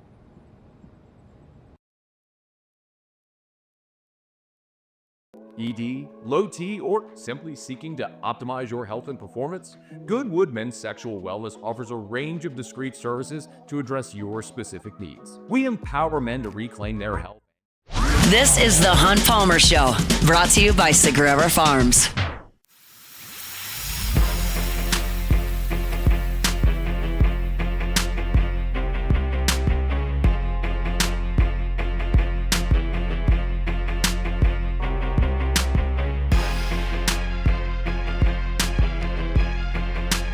Thursday show is brought to you by Sagrera Farms Premium Angus Beef. Sagrera Farms Premium Angus Beef. I will give you Sean Sagrera's number at the end of this read. I just highly recommend you give him a phone call. He's doing something really special just north of Baton Rouge here in Ethel. He's raising some of the best beef in the country. I give you that intermuscular fat score all the time. If you're talking about 1 through 3, 4 on that schedule, that's the bottom of the barrel. That is your select. 3 to 8, that's your choice. That's 60% of the beef that is out there. Talking about 9 plus, that's prime. Sean's got cows on his farm right now that are 9, 12, 15, 17, 19. He has cows that are twice the standard of prime. It's a completely different experience in buying your beef. If you're not happy with the price tag when you go buy beef, well, do it differently. If you're not happy with the quality of the beef that you're buying, do it differently. If you feel like you're paying a premium price for a poor product, pay that price for a premium product like Sagrera Farms Premium Angus Beef. It's prime every single time, and if you don't like it, you don't pay for it. Father's Day is coming up. You want to get a freezer full of delicious ribeyes, fillets, flank steaks, chuck steaks, briskets, ground beef, all of it. You can do that, my friend Sean Sagrera. 225-719-1723. That's 225-719-1723. Sagrera Farms brings you our Thursday shows each and every week. Rory McIlroy did not play very well today. He shot a 4 over 74. He was asked about his round in his postgame press conference, and I can give you the entire quote, paraphrased. Well, no, not paraphrased, the exact quote, but I can't say it on the air. He said, "What do you think about your round?" And he said a 4-letter word that starts with S. That was the entire quote. That's what he thought of his round. So the Masters champ, not out of it by any stretch of the imagination. It's a day that scoring has not been easy at all at Aronimink. Aldrich Potgieter, Steven Yeager, and Minwoo Lee are leaders in the clubhouse at 3 under par. So Rory just 7 shots off the pace, and nobody seems to be separating. It's been a really good day of golf at Aronimink, and we'll keep you updated on some scores tomorrow as we get closer to the weekend. I'm excited to watch this weekend at a cool course there outside of Philly. But Rory McIlroy, not thrilled with his performance today, obviously. Take it or leave it. Take it or leave it. Take it or leave it. Today's hottest stories in sports, news, and sometimes even Hunt's life. The question is, will he take them or leave them? All right, Hunt, it must be Groundhog's Day because Georgia's safety, Jamarlee Riddle. Yes. Jamarlee Riddle was arrested on May 8th on a pair of felony charges for possession of controlled substance and a misdemeanor speeding charge going 100 miles an hour. According to police reports, Riddle, who is a new transfer to Georgia after playing his first 2 seasons at East Carolina. So, Hunt, is this the initiation process to join the Georgia football team? Take it or leave it. I'll take it. He's good to go now. He's good to go in Athens. He can suit him up. His locker's probably fully stocked now. The shoulder pads are all there. NIL came through? I have been to Athens like 4 times. Yes. I don't know where you go 100 miles an hour in Athens. It's a tiny little town that's got a bunch of streets. I just don't. What do they do? I don't know. They find somewhere to do it because somewhere. It's every other month it's somebody else. So nope. Yesterday we spoke about my guy Kyle Riley. So the Seattle Mariners placed Kyle Riley on the 10-day injury list Thursday morning for right oblique strain, the first time he's been on the IL stint in his 6-year career so far. This comes off after him washing off the bad mojo, ending his 0-38 hitless streak on Tuesday night. So did Riley not wash off the bad mojo? Take it or leave it. I'll leave it. He got a hit, so that means he did. He figured some things out. Unfortunately, he got the oblique strain. Not going to be a 60 home run year for the big dumper this year, but he hopefully can get healthy, come back and swing the bat. Big expectations in Seattle. Yeah. I keep monitoring Cade. I don't think they're going to call Cade up from AA this year, service time and whatnot. It has to be a lot of injuries, or they feel like they need him for a pennant race. The Rays did that with David Price, who was their top prospect at one point. They brought him up. They actually got to the World Series that year. He came out of the bullpen for him. Okay. But I don't think that's going to happen with Cade at this point. But that's my main Mariners interest at this point. He's on fire, and every day Jimmy talks about how Castillo is stinking it up, and they might need to call him up. But you got a good point right there. So the NFL full Thanksgiving slate has been released, leaked, whatever you want to call it. This is what's going on. The Egg Bowl. That's what we want. We want the Egg Bowl, not the NFL. Well, do we really want it now because it's Pete Golding? Yes, Egg Bowl? I want the Egg Bowl. I like the Egg Bowl. Okay, it's Pete Golding and all that. But on Thanksgiving Eve, the first one in history, this new Thanksgiving Eve. Wednesday night football. Wednesday night football, Packers versus Rams. So on Thanksgiving, the 12 p.m. slate, Bears versus Lions. The 3:30 slate, Eagles versus Cowboys. 7:20, Chiefs versus Bills. And then Black Friday to wrap it up at 3 p.m., the Broncos versus the Steelers. So is the Thanksgiving slate loaded? Take it or leave it. I will take it. That is very good football. I can't promise you how much I'll catch of that. What's my Thanksgiving this year? My Thanksgiving is Shreveport this year. Okay. There's going to be some golf involved in that. And definitely the Cowboys all in Shreveport. Yeah, there'll probably be some Cowboys. But there's going to be some chocolate pie and some card playing, beverages. If the game's on in the background, that's good. But it is those are primetime matchups. Those are teams that should be very, very good. I get it. No, most definitely. Thanksgiving Eve, I mean, I guess this is new. We're just doing this Thanksgiving Eve Eve on a Wednesday. thing, Got to. Why not? Next thing you know, we're going to have Tuesday now. No, yeah. Why not? Just play every night. Every night? Like the MAC. NFL is like the MAC. We need that. I would kill for a bad MAC game right now. That's how much I need football. So you're right. Oh, you're a football guy like that? I'm fiending right now, hon. That's it for take it or leave, but I'm fiending right now. I hit that point like August 12th. Really, for football? I've seen like 8 LSU practices at that point. I'm seeing the same thing over and over again. All right, let's go. Something like Hard Knocks starts ramping up. I get the fever. I love football. I do. Yes. I don't. You're a baseball I guy, can't though. sink into it in May. Yeah. I don't, because you burn too hot. Yes. If you start burning hot in May, like if your engine's overheating, like you're gonna be boiling over in July 9th. Oh no, you're gonna be ready for that the Hall of Fame game. You're gonna be like, oh my God, yeah, you're going crazy. Yes, Jimmy, don't bet on the Hall of Fame game this year. It's coming. It's coming That's every it for year. us. Missed any of the show today? Catch it on demand. LSU in Florida tonight. We're reacting to it tomorrow, plus the Saints schedule. You can read all about it at louisianasports.net. Matt's going to drive you home next on After Further Review. I'm out of here. Have a good Thursday. Back same time, same place tomorrow.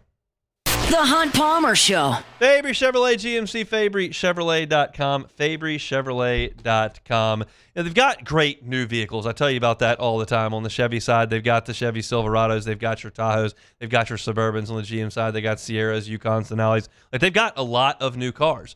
They also have an amazing selection of certified pre-owned vehicles that are lightly used in great condition, and you can search those online at FabryChevrolet.com as well. I just highly suggest you go by and see them on Highway 61 in St. Francisville. It's a short drive from here in Baton Rouge. You can get up there pretty quickly, and you'll get that customer service that you always want in an auto dealer, and you'll see what they've got on the lot. You can get behind the wheel of some of those certified pre-owned vehicles and see what works for you. If you got a big family vacation coming up and you want to get all the kids together in the SUV, you can try it out at Fabry Chevrolet GMC. Take that short drive up to St. Francisville and see them on Highway 61. You can always, always, always find the website as well, FabryChevrolet.com, FabryChevrolet.com. Every ounce of a Raising